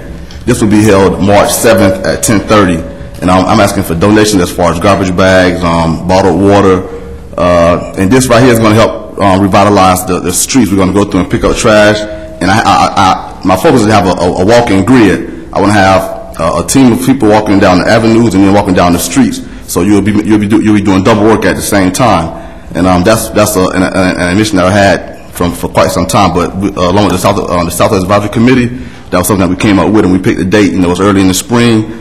It's not as hot, but it's not that cool at the same time. So I think that would be very beneficial to the residents to see that the Southwest Advisory Committee are doing some service.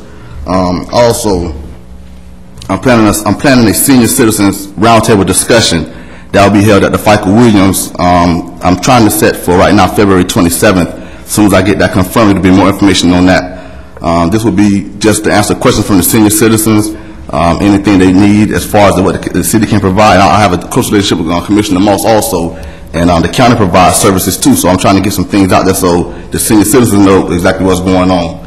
And the last thing I have on my list is the Southwest Advisory Scholarship Fund. I'm very proud of this because what this scholarship fund will do, it will allow high school seniors from the Southwest area and also the rest of the city of Homestead to take care of some initial expenses when you go into college. What we have set up right now is we have 2 scholarships. It'll be 2 from the Southwest, one student from South Day and one student from Homestead. I have 2 more scholarships that encompass the rest of the city of Homestead outside of the southwest area boundaries, and it'll also be 1 scholarship for Southgate and 1 for Homestead. And when I speak of the Southwest, I'm very emotional for number 1 because I've been there for 33 years and never lived nowhere else. I've been in the same house my whole life. And for somebody to come in and say they're going to run against me, I have no problem with that at all. And it's just ironic that when I first got in office, he came to me. So, I mean, he knew everything that was going on prior to me being elected to the council. And not one time did I feel he gave me support. And but that's what it is. And I'm going to fight for the people in the Southwest tooth and nail from the beginning to the end. I have no problem with it. And my main objective when I first came in is to rebuild, revitalize, and rehabilitate the Southwest. And I heard him say silent. That's how I move. I'm a silent person. I don't believe in doing a lot of talking. I let my actions speak for me. And if you follow my track record, you'll see. From November 2007, you'll see the progress. No councilman that came through the city of Homestead as far as in that area has done as much work as I have done in the last year.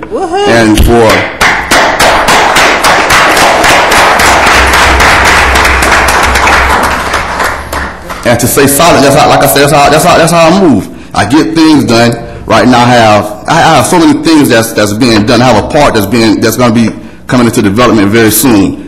That park has been there all my whole life, over 33 years, and nothing has been there. We had Blakely Park out there, dark. People couldn't even go out there and walk at night. We got lights out there. We had streets with no sidewalks. We got sidewalks put in. So it goes on and on. I'm not going to put it out there, but just follow my steps and you'll see that I'm the best for the Southwest, and that's just how it is. And I thank you all. Love you, and God bless.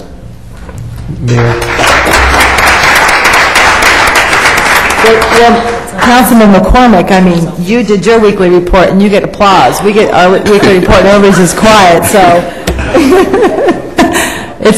You just said that's how you move. I thought that's how you roll. Because we know how good I am with the slang, right? Mr. Manager. Mayor, council members, Councilman McCormick, just going to go to the item of the cleaning day in Southwest. I can tell you we have a program in the city, and it's unfortunately we try to jump-start it several times. It's the Adopt a Road program. Right. We will be happy through Public Works, Solid Waste, to provide the garbage bags for all the pickup on the right-of-way and the tools for the people to pick it up, and also collect the garbage bags after they are filled. It's just to be coordinated through us. Of course, people who will be picking it up will be volunteers, but in terms of it's an existing program. We're always looking for people to participate. I'll be happy to help you with this. I know the Vice Mayor talked about Adopt the Road program. He also wants to jumpstart it and see if it's going to through the beautification or actually the community image board. So I think it fits into the the agenda. Thank you. Thank you. Thank you. Councilman Nelson. Thank you, Mayor. I'd like to start off, I've attended a couple of ribbon cuttings this month with the Chamber, Mamma Mia's Pizzeria and the Redland Steakhouse, 2 excellent restaurants in our community. I hope a lot of people can get out to see them. I want to thank the Human Relations Board for putting on the Martin Luther King Day breakfast. I also attended the Martin Luther King Parade and the Rodeo Parade.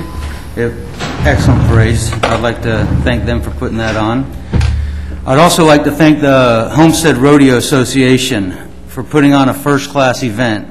From the Frontier Days to the rodeo, over 20,000 residents and people from outside the city came to our city and spent a lot of money and had a great time. From the concert to the mechanical bull events, it was an excellent week, and I'd just like to say thank you to the Rodeo Association. That's a lot of planning goes into that, and they did a great job. And on another note,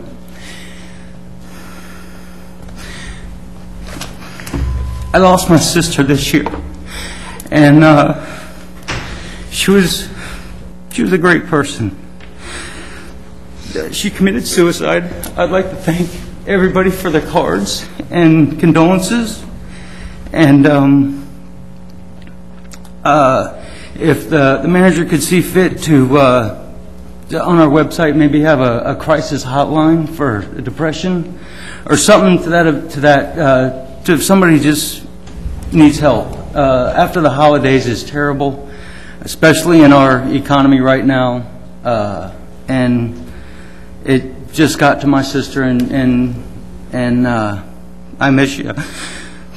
But I'd just like to thank you. Thank you, Tim. Consider it done. And our thoughts and prayers are with you and your family, and we love you. Councilwoman Sierra.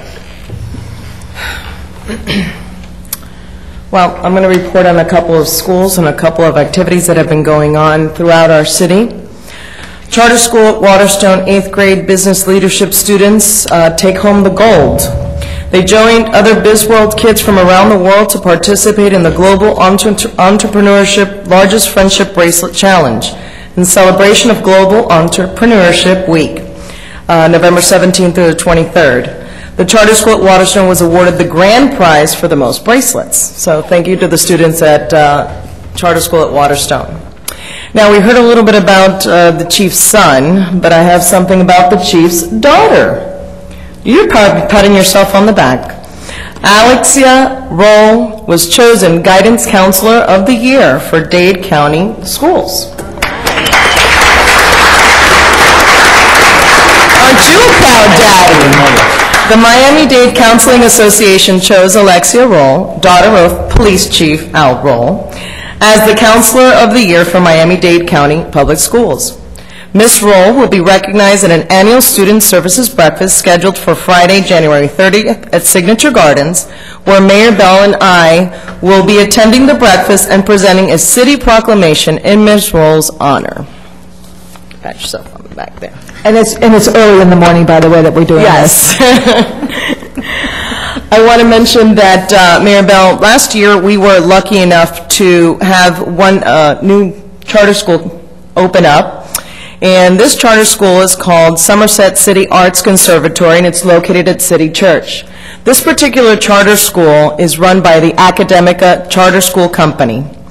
Now, one thing that happened with Academica this year is that their Matter Academy Charter High School and their Doral Academy Charter High School made U.S. News and World Report's list of America's best high schools.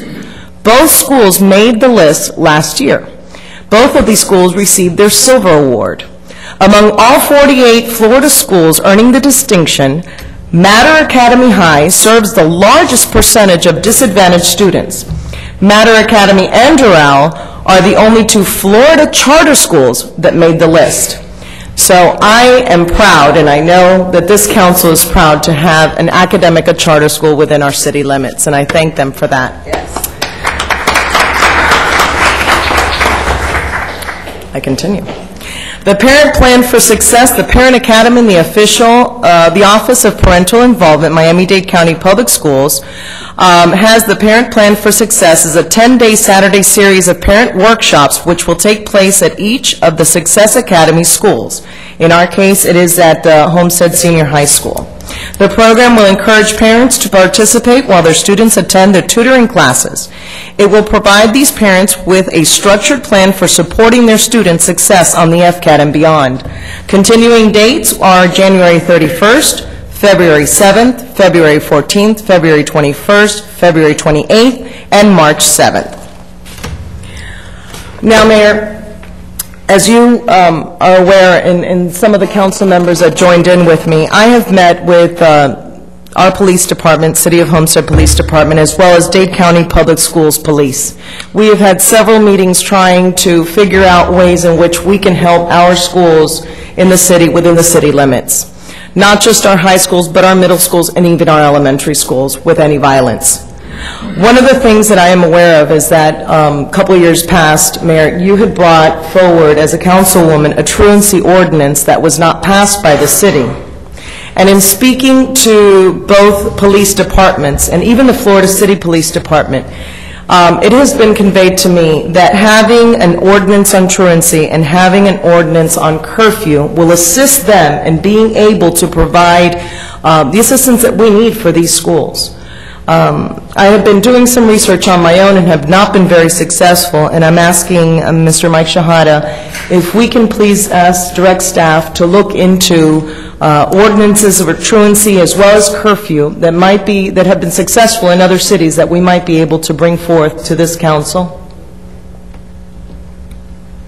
Mayor, council members, Councilwoman Sierra, it sounds like a reasonable thing to do. We would be happy to work with the city attorney to come up with something. Thank you very much.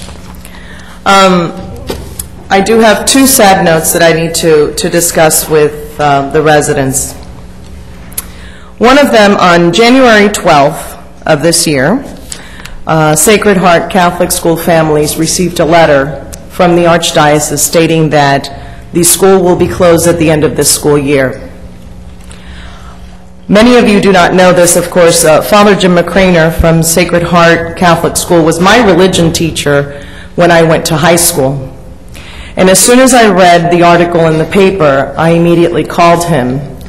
And we visited the school. We sat down and tried to figure out ways. I want to stress to the families, and I know that they have been meeting to try to save the school and try to figure out a way that whatever I can possibly do to make sure that we find the best alternative for the students is what we're going to do. No avenue, no rock will be unturned. We will figure out a way for these families and for these students. And I invite the families from Sacred Heart to contact me. My information, of course, is on our website. And know that I feel for you, having grown up in Catholic schools myself. But we will figure out a way to make this right for you and for your children. And lastly, many of you may have heard that early yesterday morning there was a horrific accident which claimed the lives of 3 children in South Miami-Dade.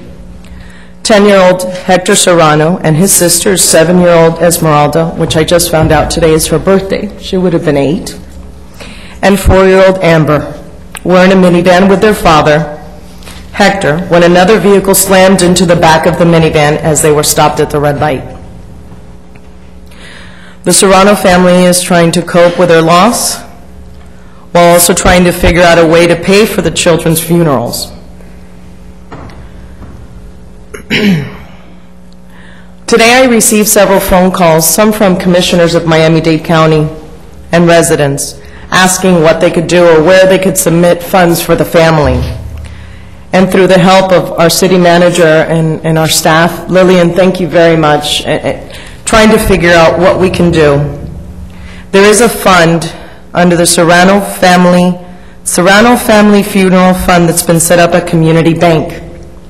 They are accepting cash and check donations, and any of the locations where Community Bank is located. There is going to be a press release with information for the families that would care to donate to assist this mother and father in their horrible grief. Thank you, Mayor. Thank you very much, Councilwoman Sierra, and thank you for your good work, not only in public relations, but in education and all that you do. It's not going unnoticed. We do appreciate all your hard work. Thank you. Thank you very much.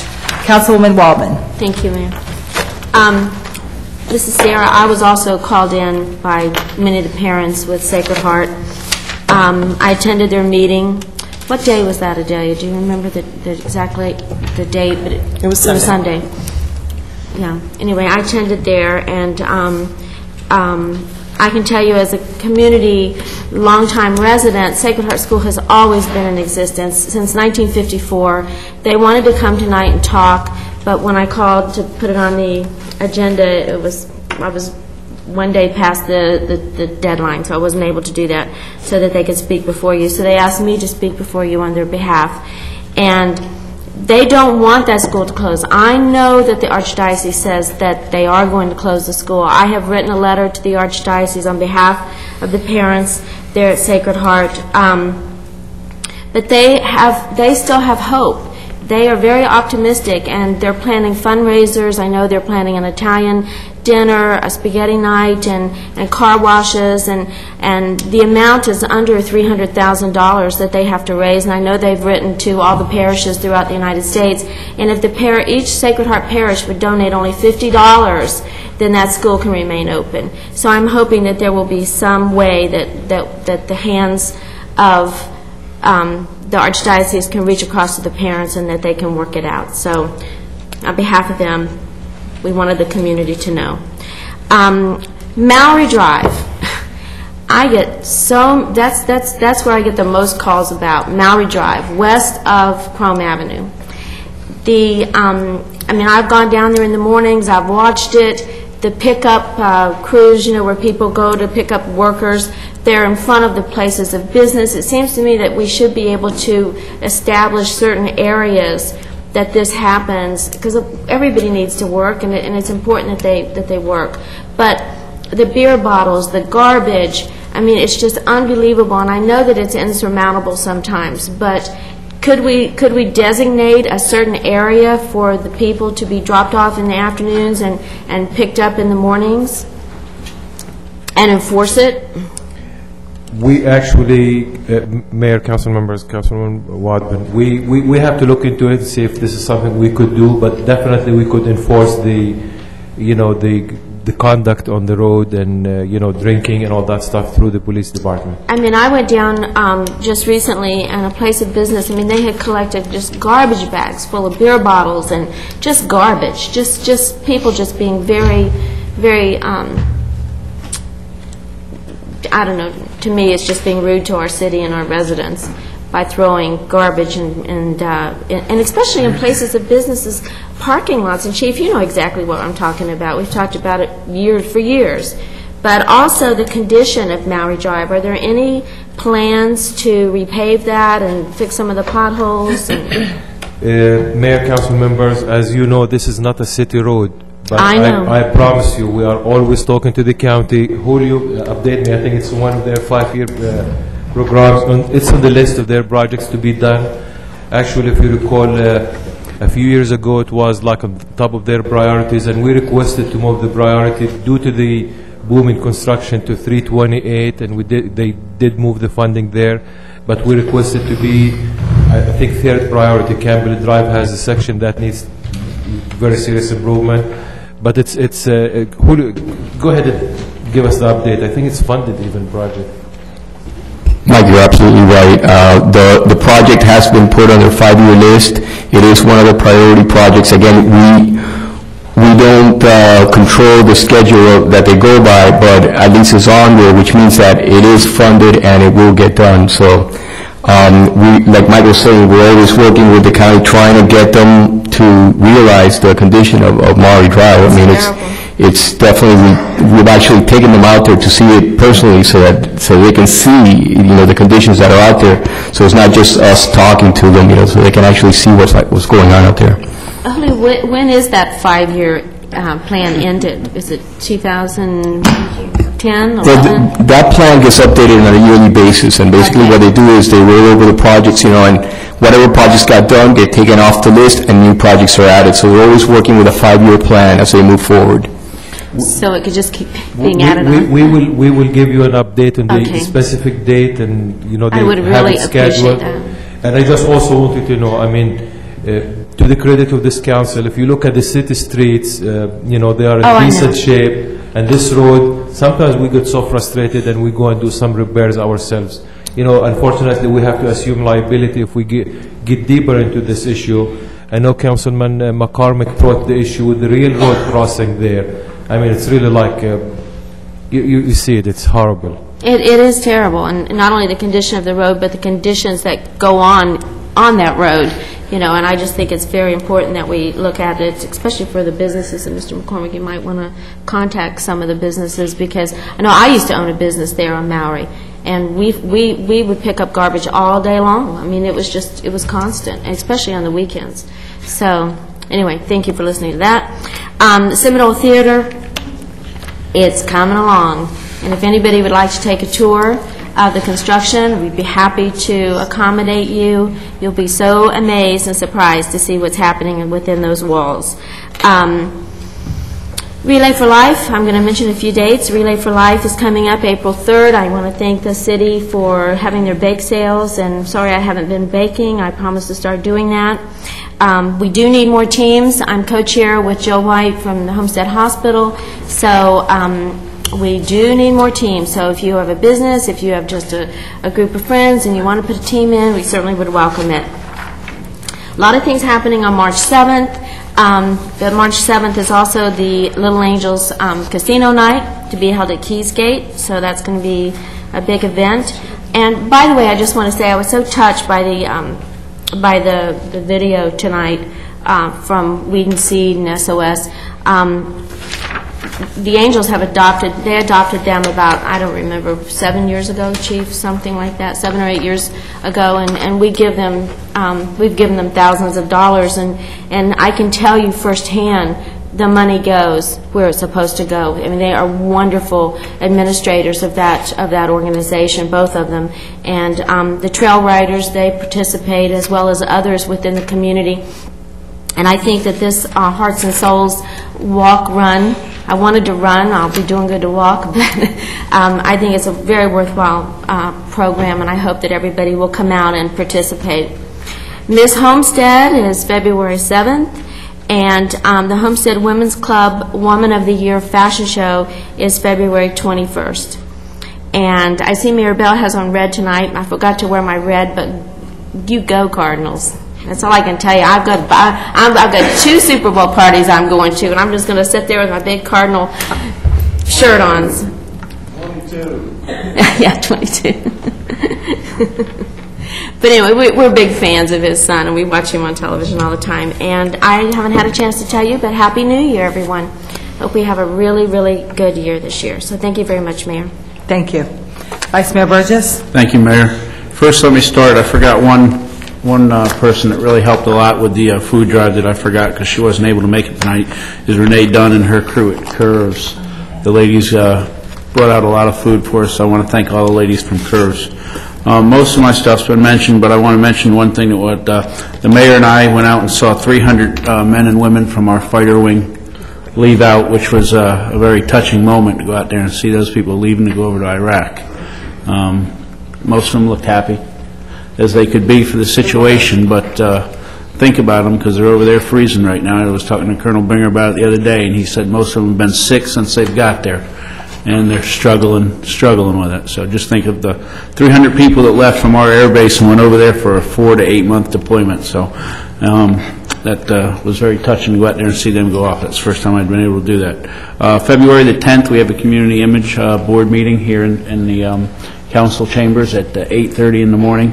We had one resignation, unfortunately, so we do have an opening on that board. If anybody's interested in joining, they can call Sheila or send the proper paperwork into Sheila, such like a little resume on themselves, and we'd be glad to review it, and we've got one opening.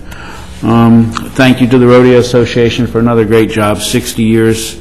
Unbelievable what they do down here, and it is a lot of hard work, and they said things were down a little bit this year, but that's to be expected, and their spirit is still good, and they did a fabulous job for the city of Homestead and the surrounding areas, so thanks to those guys.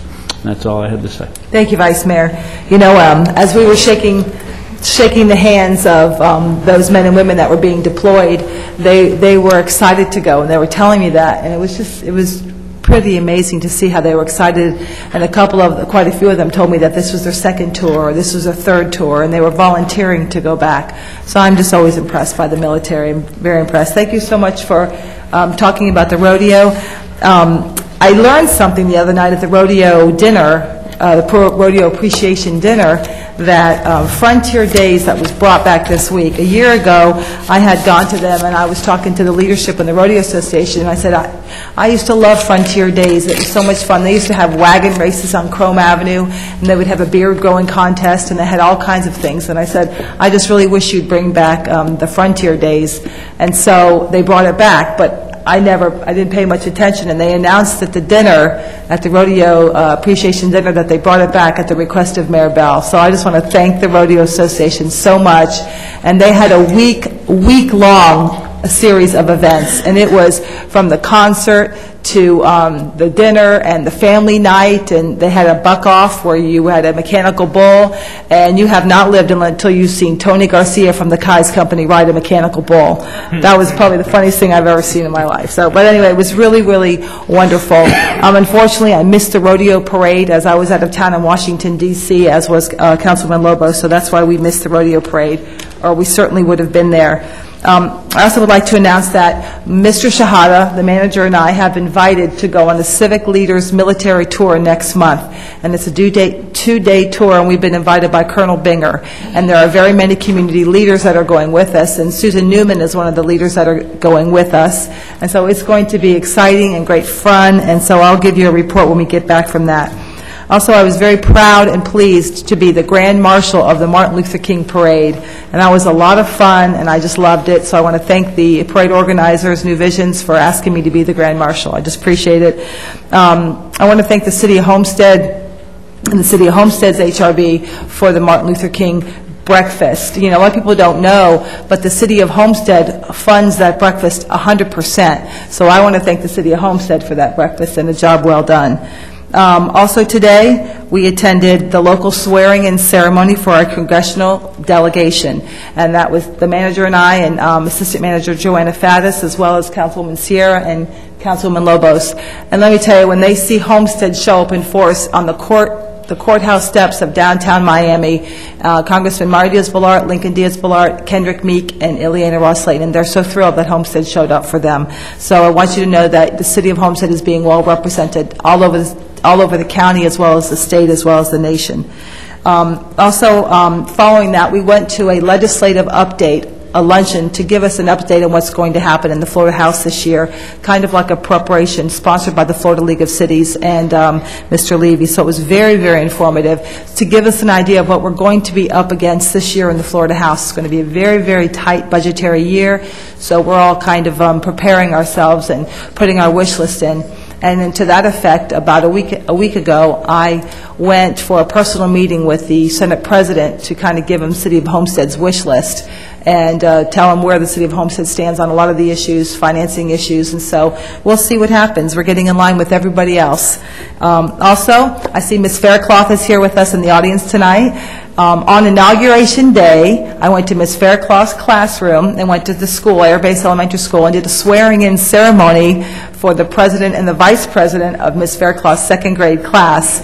And so it was very exciting. It was on television, and so thank you, Ms. Faircloth, for inviting me to come. And the kids, the students are just so thrilled and excited to have the mayor swearing them in. So they really think it's a big deal. So we'll just let them keep thinking that. So anyway, the rodeo on Friday night has the Tough Enough to Wear Pink night, and so all these men and women were all wearing pink, and so I brought a proclamation to them before I left town, and it's great to see all the men in their pink on Friday night, so it was just really, really wonderful. We did a lot of grand openings, and there's a lot going on in Homestead, but I just want to again wish you all a very merry, happy new year, because we're getting this year off to a very good start, and I look very much forward to the pared-down schedule. I think it's going to be very healthy for the City of Homestead. And before I close, Mr. Manager, you had something else? Mayor, council members, staff, I want to mention something. I was going to do it under my business, but I was hesitant because I may be punished later. But one of our staff members is celebrating her birthday tonight, observed birthday. And I really wanted her to go and be with her family because they are waiting for her as we speak, but she refused. She wanted to be at the meeting. She was working up to the last minute. And that's Joanna Faddis. Happy birthday. Oh, happy birthday, Joanna. And Joanna, we have birthday cupcakes for you. Just for you. Security after, by the way. You thought it was for the city's 96th birthday. It's for yours. Thank you very much. I want to let you all know, thank you very much for coming. Oh, I'm sorry, sir. I'm sorry, too. I didn't know how y'all operate, but No, you go, we call for public comments, I and then you didn't come know. forward, but you go right ahead. It's in Florida City, you signed and they call you, but I didn't know. Well, we're going to be doing that All right, very all right. soon. But I want to Please, thank go you, right ahead. thank you very much, Mayor. I want to make a special thanks to Ms. Linda Fagan, Medical Center, and Diaz Supermarket, and EB Tires in Homestead. And a very, very special thanks to Mr. McCormick. Now, I was sitting back, the gentleman got up here about he running for office and this and that. I never heard of him, but I heard of Mr. McCormick. And I've been in Florida City all my life, like Mr. McCormick. And I throw a Christmas party every year for the kids in Florida City and Homestead. This was my 7th annual Christmas party. And yeah, that's it. I had over 1,000 kids attend. And I didn't know how Mr. McCormick knew about it. He came to me and said, hey, you're going to need some help. I said, how you know? He said, you're going to need some help. So he made a contribution through the city of Homestead. And plus, he made a contribution out of his own pocket of $1,000 out of his own pocket. And he carried 5 kids down to Nike Outlet and bought them sneakers. You know, and I was like, I couldn't believe it, you know. I was like, he said, hey, I'm going to give you $1,000 more out of my pocket, and whatever I contribute through the city, you know, I just want to thank him. You know, he made it be a very successful event. He did more for the own city of Florida City. He covered, I ain't going to say what Florida City want to give. And I never went to Florida City about nothing. It was my first time. I'm going to leave that alone. Because I ain't in the pointing fingers, you know. But God will take care of that situation. But hopefully next year the city of Homestead can get more involved, because I service a lot of kids in the southwest of Homestead in Florida City area. Over 1,000 kids showed up. 1,000. And them 2,000 hot dogs you bought, Mr. McCormick, they ate all them.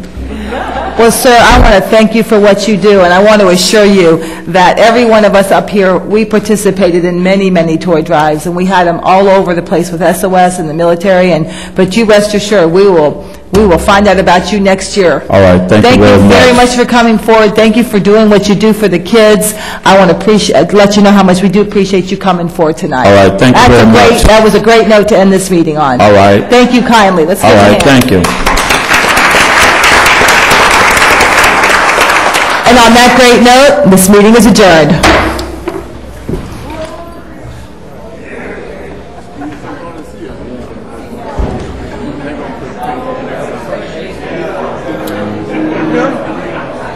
You forgot me now. It's been a long time.